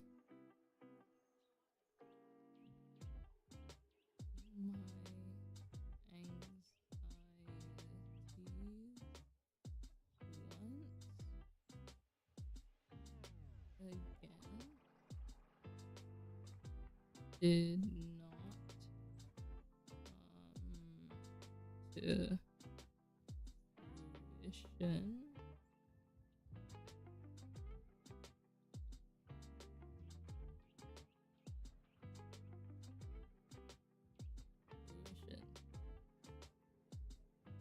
Let's full stop there.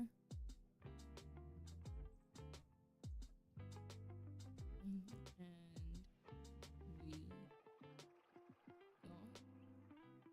through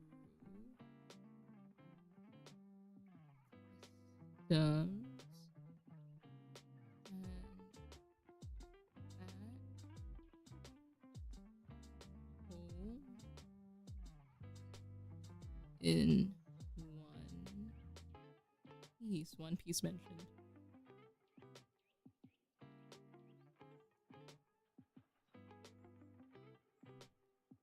Okay, next paragraph.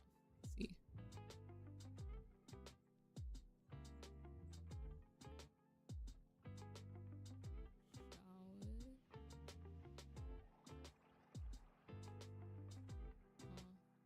Showered.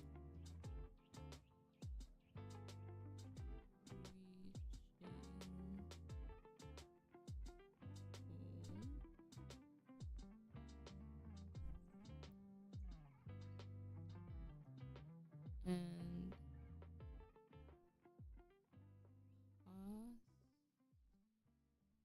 pass out till like 3:30 p.m. Oopsie.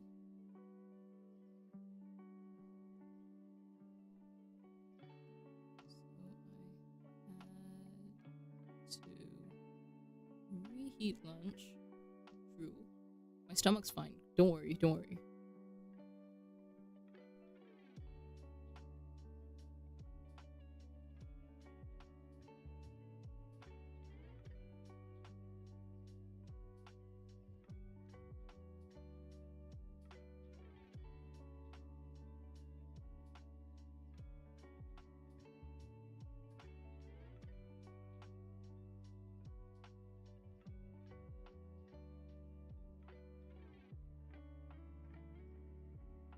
Closer to dinner than I'd planned for.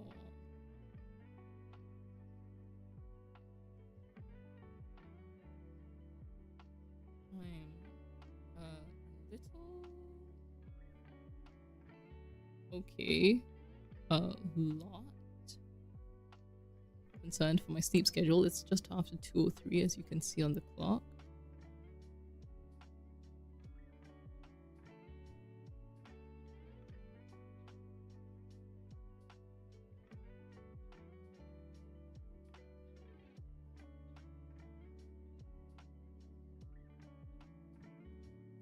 Yeah. Getting further, and unfortunate side effect of having swallowed a thesaurus as a kid. Getting further annihilated.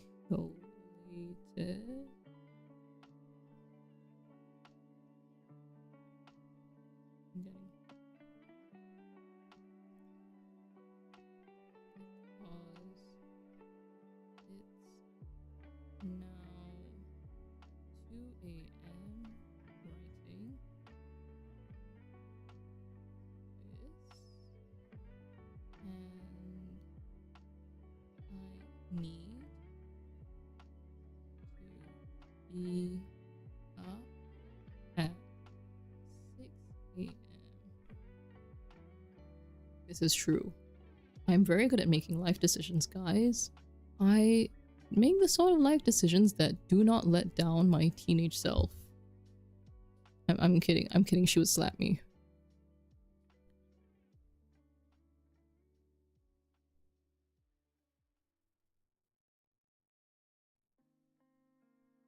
I'm Not sure. Wait, I forgot. I had a matcha latte with lunch, which also explains it. So let me write that here.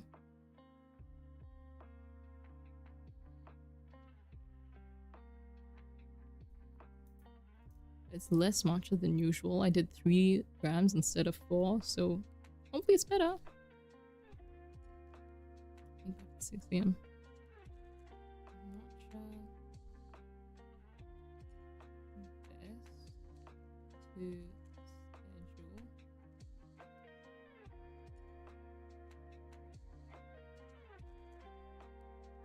Sleep reset.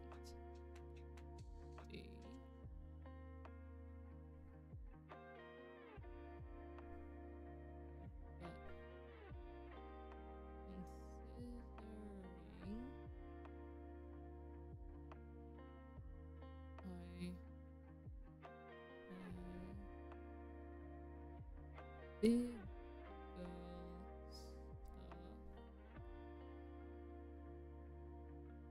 Brackets. Note to sell. Pass. And this is another one I'm really hoping to get in the coming few months. Ask about teaching assistant.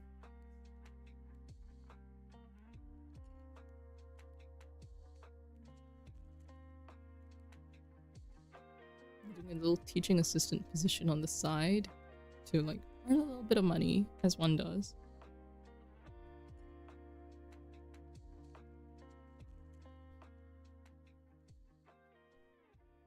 To do, I think the sleep today was much needed.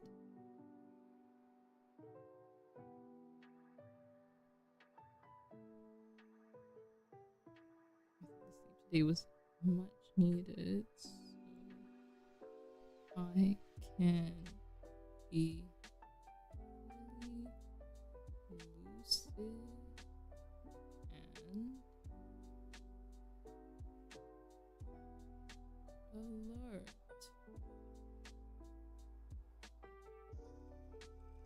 When I get back to work and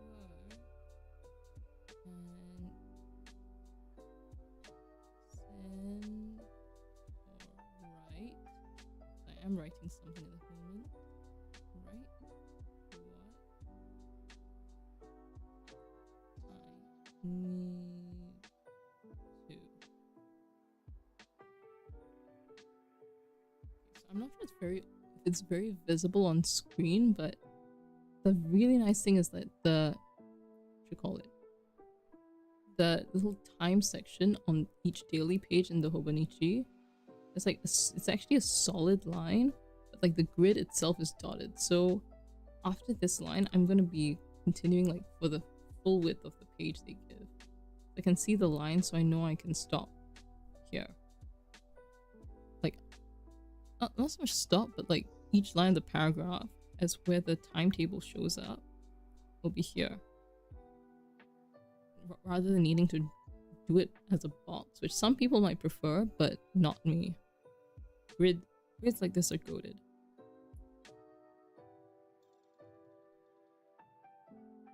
And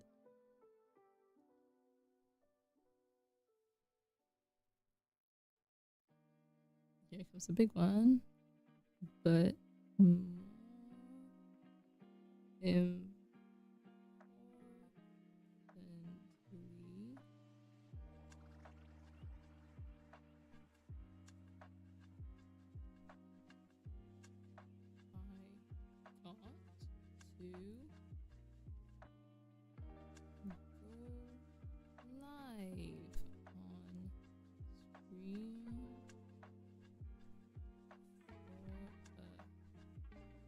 here we go. starts over there, this end.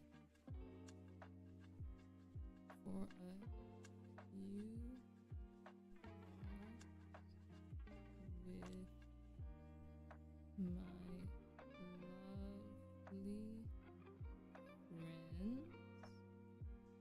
friends in chat.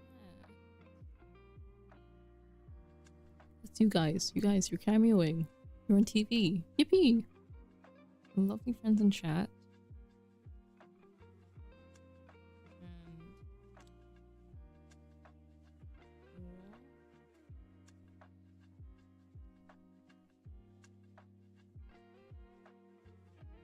Walk down memory lane with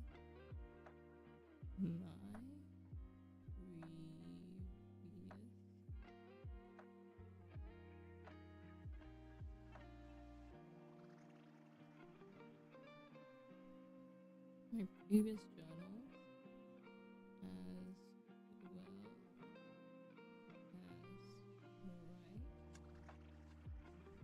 as this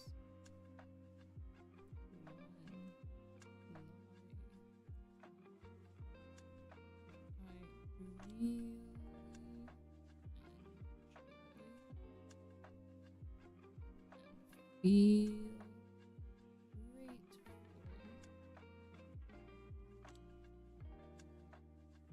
Yes, oh my god, I'm so sorry. Yes, I am.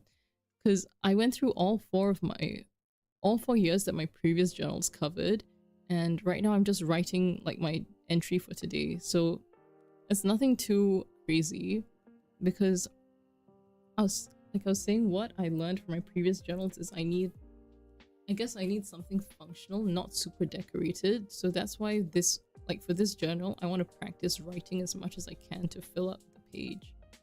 Which is what I'm trying to do now. How have you been? I hope you've been enjoying stream so far. I'm sorry I yap so much. But yeah, I hope it's been okay and like you're enjoying yourself throughout. For like not just yourself, but everybody. So I'm just writing about you guys right now. About to go live and stream for a few hours. My lovely friends in chat and walk down memory lane, my previous journals, as well as write this one live. I really enjoyed and feel grateful. Oh no, don't worry about that. It's okay. I know everyone has their responsibilities and like stuff to do every day. So, like it's just like a little small streamer for now. Like as a hobby small streamer. Hopefully one day I'll be like more serious and like do better as a streamer. But yeah, what I want to say is like everyone has their responsibilities. Don't feel guilty about needing to step away and like get your stuff done. I'm glad you're saying, because like time is precious, and the fact that people even want to spend any amount of time with me when they could do that with anyone else means a whole lot to me. And I'm so grateful for anyone who stops by, even for like it's like 5 seconds or the whole of stream or once and never again, because time is like the most precious resource. So the fact that you chose to spend any time with me is amazing. So thanks not just to you but like to everyone in chat for stopping by. Much love, much love. Okay, more hand. I'm gonna finish writing this sentence. Oh my god, I'm so good at getting sidetracked, it's crazy. So I was right, I really enjoyed to feel grateful, as I was just saying out loud. Grateful for everyone who takes the time to... Which notebook model? I'm currently using the Hobonichi Cousin. It's A5, this one. It's a cousin. I did the spring start, which starts in April, so it's in JP only. But they also have like the English version that starts in January. There's lots of different models, and honestly, this is on the pricier end. I just got it for myself as a birthday treat, which is why I was willing to spend that much. But again, like I said at the start, for journaling, just use what you have. The point is to like have somewhere to express your thoughts, or like have somewhere to write your to-do list. Just use what you have. This was again, a birthday gift to myself. That's why I spent that much on it. They are very expensive, I'm not gonna pretend it's like cheap or anything. Like, to me, like writing it, having the space to journal is an investment, which is why I felt like I wanted to buy it. But they are expensive, and I couldn't find a group buy where I live, so I had to buy it with the shipping and everything, and so it really does add up. But I feel like if I write journals every day, then I'm getting the most use out of it. So I want to make it worth my money. The Midori journal, yeah, I've heard about that. I did hear about that, but I think like I'd heard more about hobonichi, which is why I decided to take the jump and buy this one as well. And like to see like what the hype was about. And like I get it, it's very functional, it's very pretty. I was saying when I started flipping through this, I'm not sure how to figure out some of these sections, especially because I'm on holiday right now. But like, let's say where is it? Like the weeklies, like this one, because they have all the time. This might be good for when I'm back at university, so I can write the whole blocks of time, like I was in class, or I have this meeting to go for, and stuff like that. Because cousins have a lot of these layouts, and some people might not ever use them. But yeah, the Midori I've heard is good. A lot of my earlier notebooks were like Muji's, like just the plain kind. But yeah, the big thing is just use what you have. The 6 ring binder one. Well, I'm not sure. I don't think I know which one that is. Like, I know people get like ring binders and they get like the grid paper. So rather than being a set notebook that's stuck together, it's just like different sheets of paper, which also works. But I don't know if I know the one you have in mind. But I guess it just goes to show like there's no wrong way to journal. There's lots of different formats you can use. And so journaling is fun, and I think more people should do it. Yeah. So it's like a folder and binder, like you said, that you can take off the pages, which is really nice. And I think I used to take like my university notes like that when I was an undergraduate. Like instead of a notebook, I would do like these sheets of grid paper so I can slot them in or rearrange it. It's just such a good thing, especially if you're the kind to keep shuffling your pages as you write.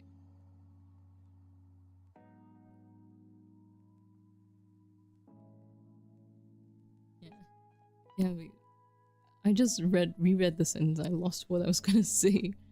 I feel very passionately about like notebooks and stationery, which is why I can yap for, oh my god, almost 4 hours about journaling and stuff I've learned and figured out over the years. And again, I'm so grateful that everyone stuck with me through the yapping. Oh my god. And like remembering who I was when I was a teenager and how it's shaped me now and how I write journals and stuff. I'm grateful for everyone who takes the time to stop by. No matter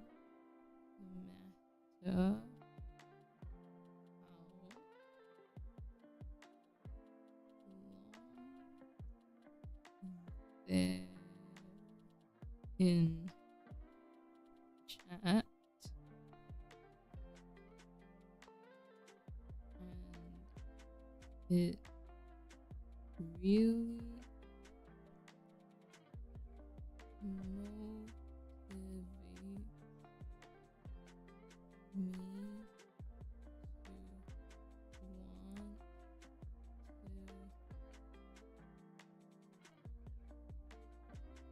to do my best to scream for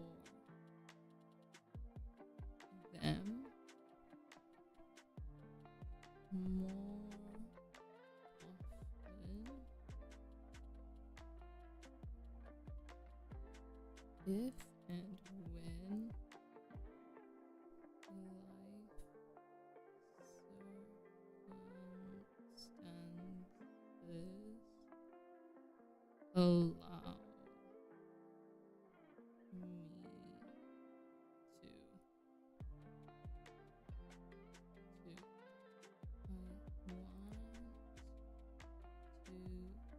be an entertaining or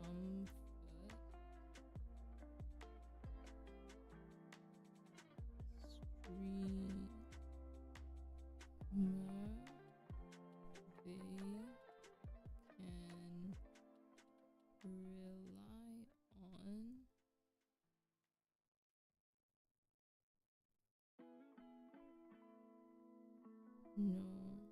rely on no matter when or where.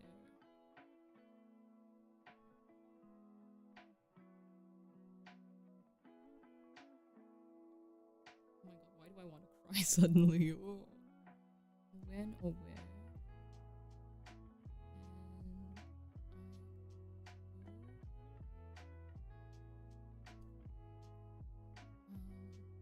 And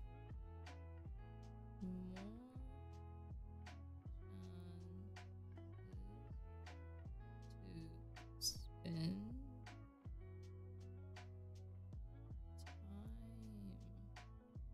time with them over the coming weeks and months.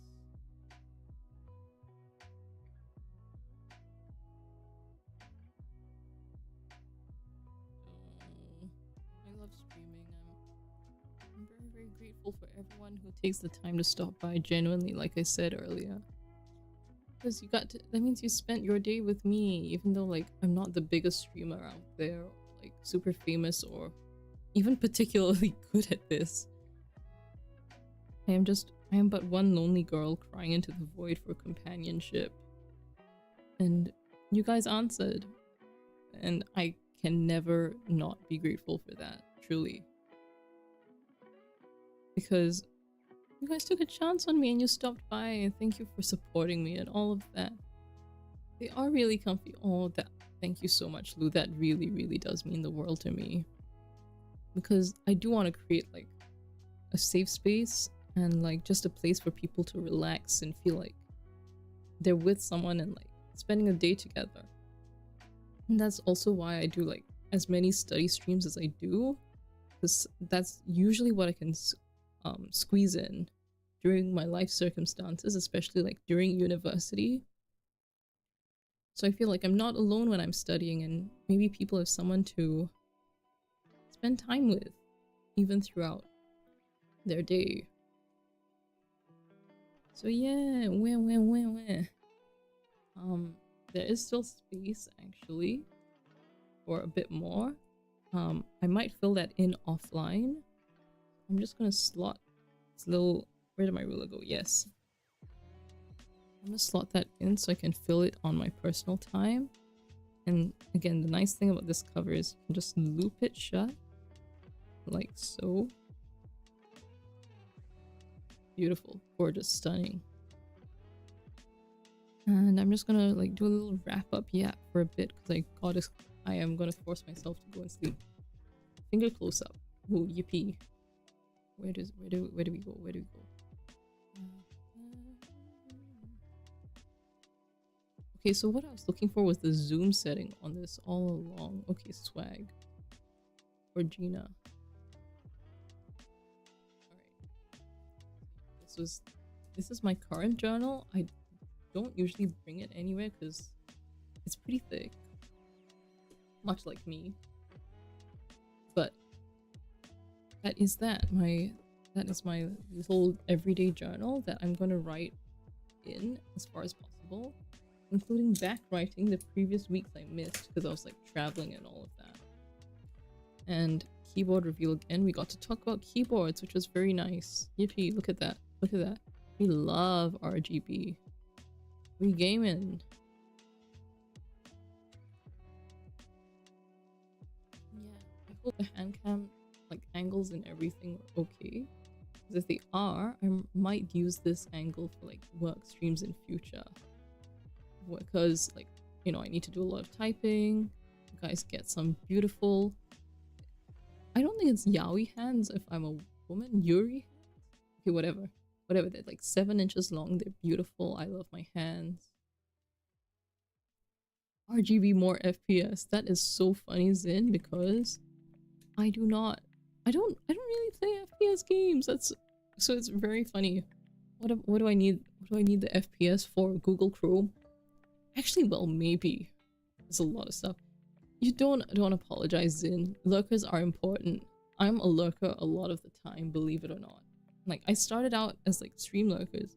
Lurkers, I tell you, as a streamer, lurkers are the backbone of the community. Because it's like I was saying, it still shows that you're spending time with them, and even if you're like too shy or unable to chat for other reasons, the fact that you still have the stream open, speaking as like a little baby streamer, it means so much.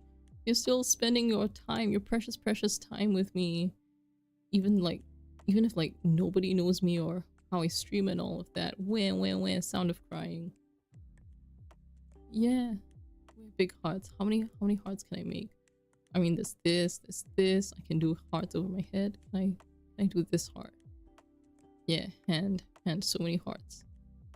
Oh my god, what is happening? You get the point. Okay, upside down heart.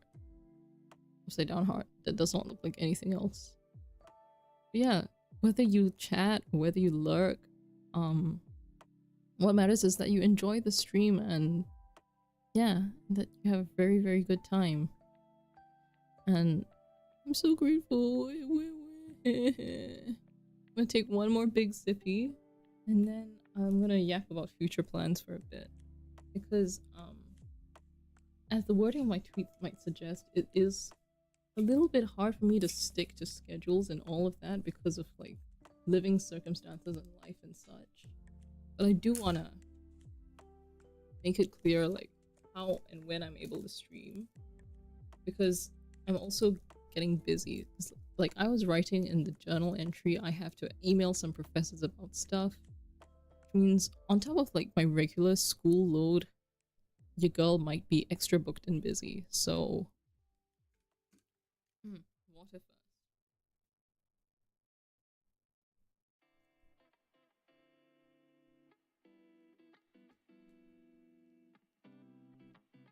Big gulp.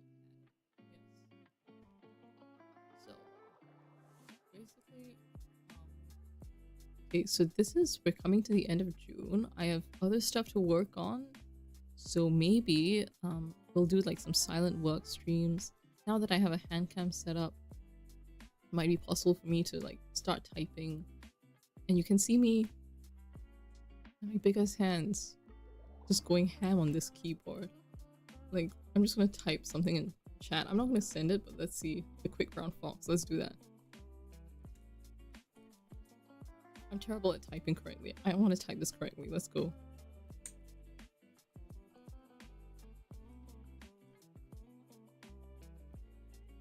Okay, whatever. It's not perfect. Please do not judge my typing stance, but it is what it is. Like, it's... Okay, now I'm getting... How the hell did I just get insecure over my own typing style? Like on my right hand, I'm only like using these 3 fingers. These 2 are just like hovering. What is going on? Like let me show you again, right?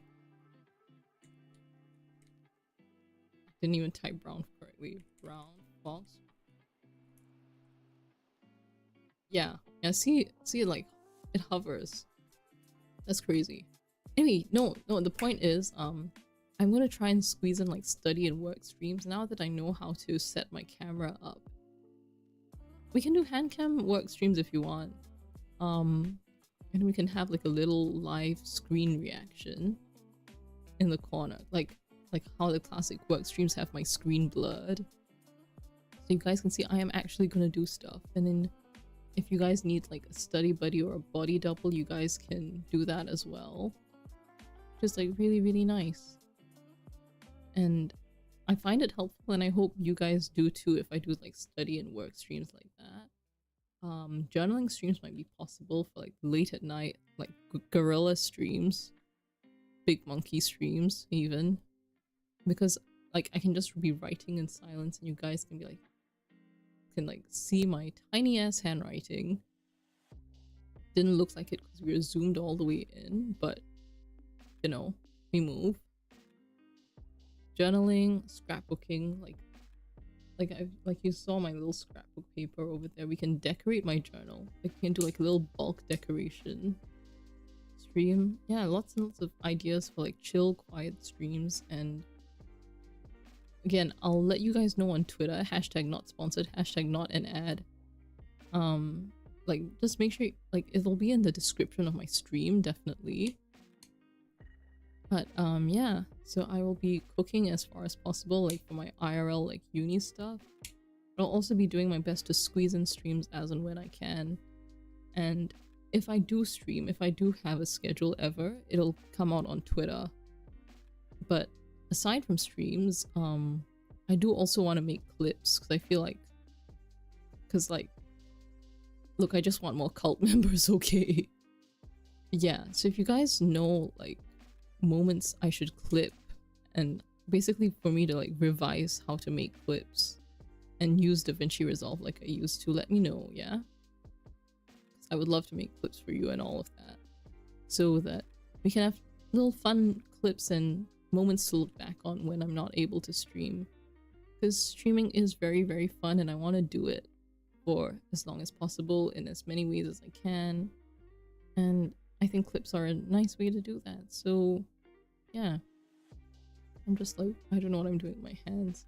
I think we can establish they're very big. Okay, wait, like we've measured them, but come, let me just do this again. Okay, this is only like this much more for the keyboard. My big ass head is blocking it. This much. Oh my god. Oh my god, jump scare. Only like this much more for the keyboard. Okay, whatever. Let's do this. Okay, swag.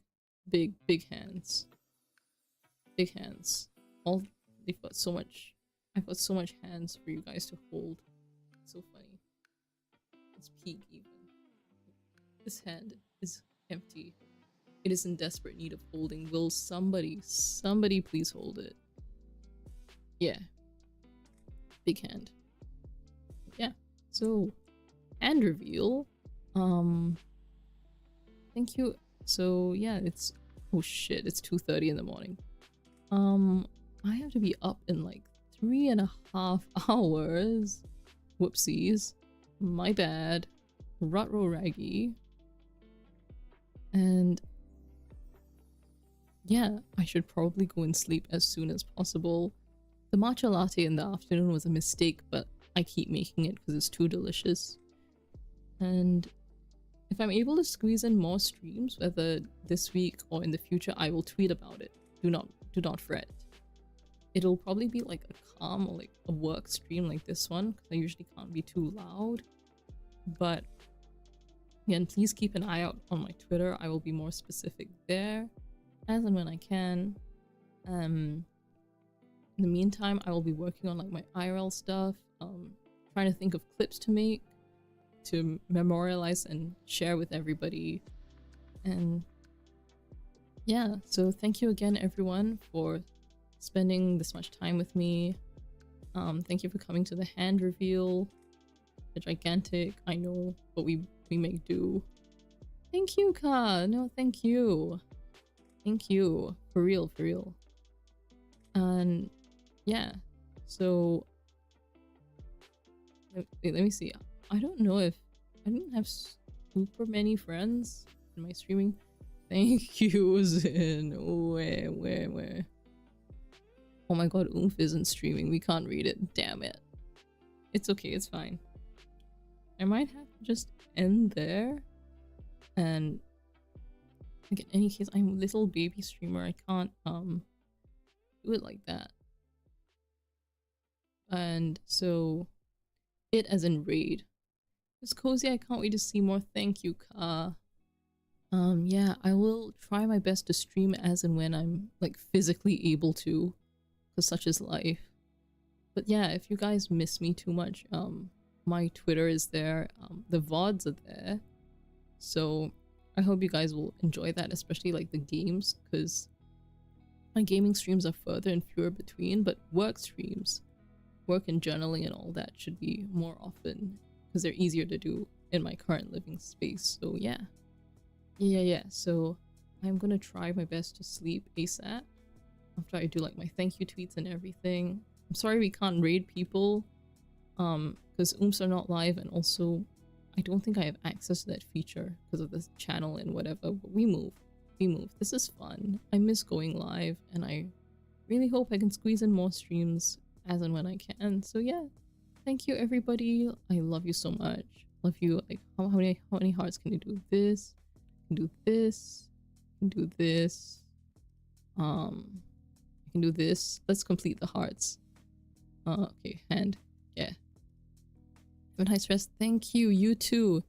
Everybody have a lovely, lovely rest of your day. All the best with everything. I will see you for another stream when I can. Happy birthday again, Lou. Thank you for starting your birthday in my time zone with me. Otsukare. Otsukare. You guys look after yourselves too. Okay, love you. Bye bye, everybody. Take care. You are so loved. Bye bye. Bye bye. Bye bye. I will sleep soon. Yeah. Thanks, guys. Love you. See you around. Bye bye.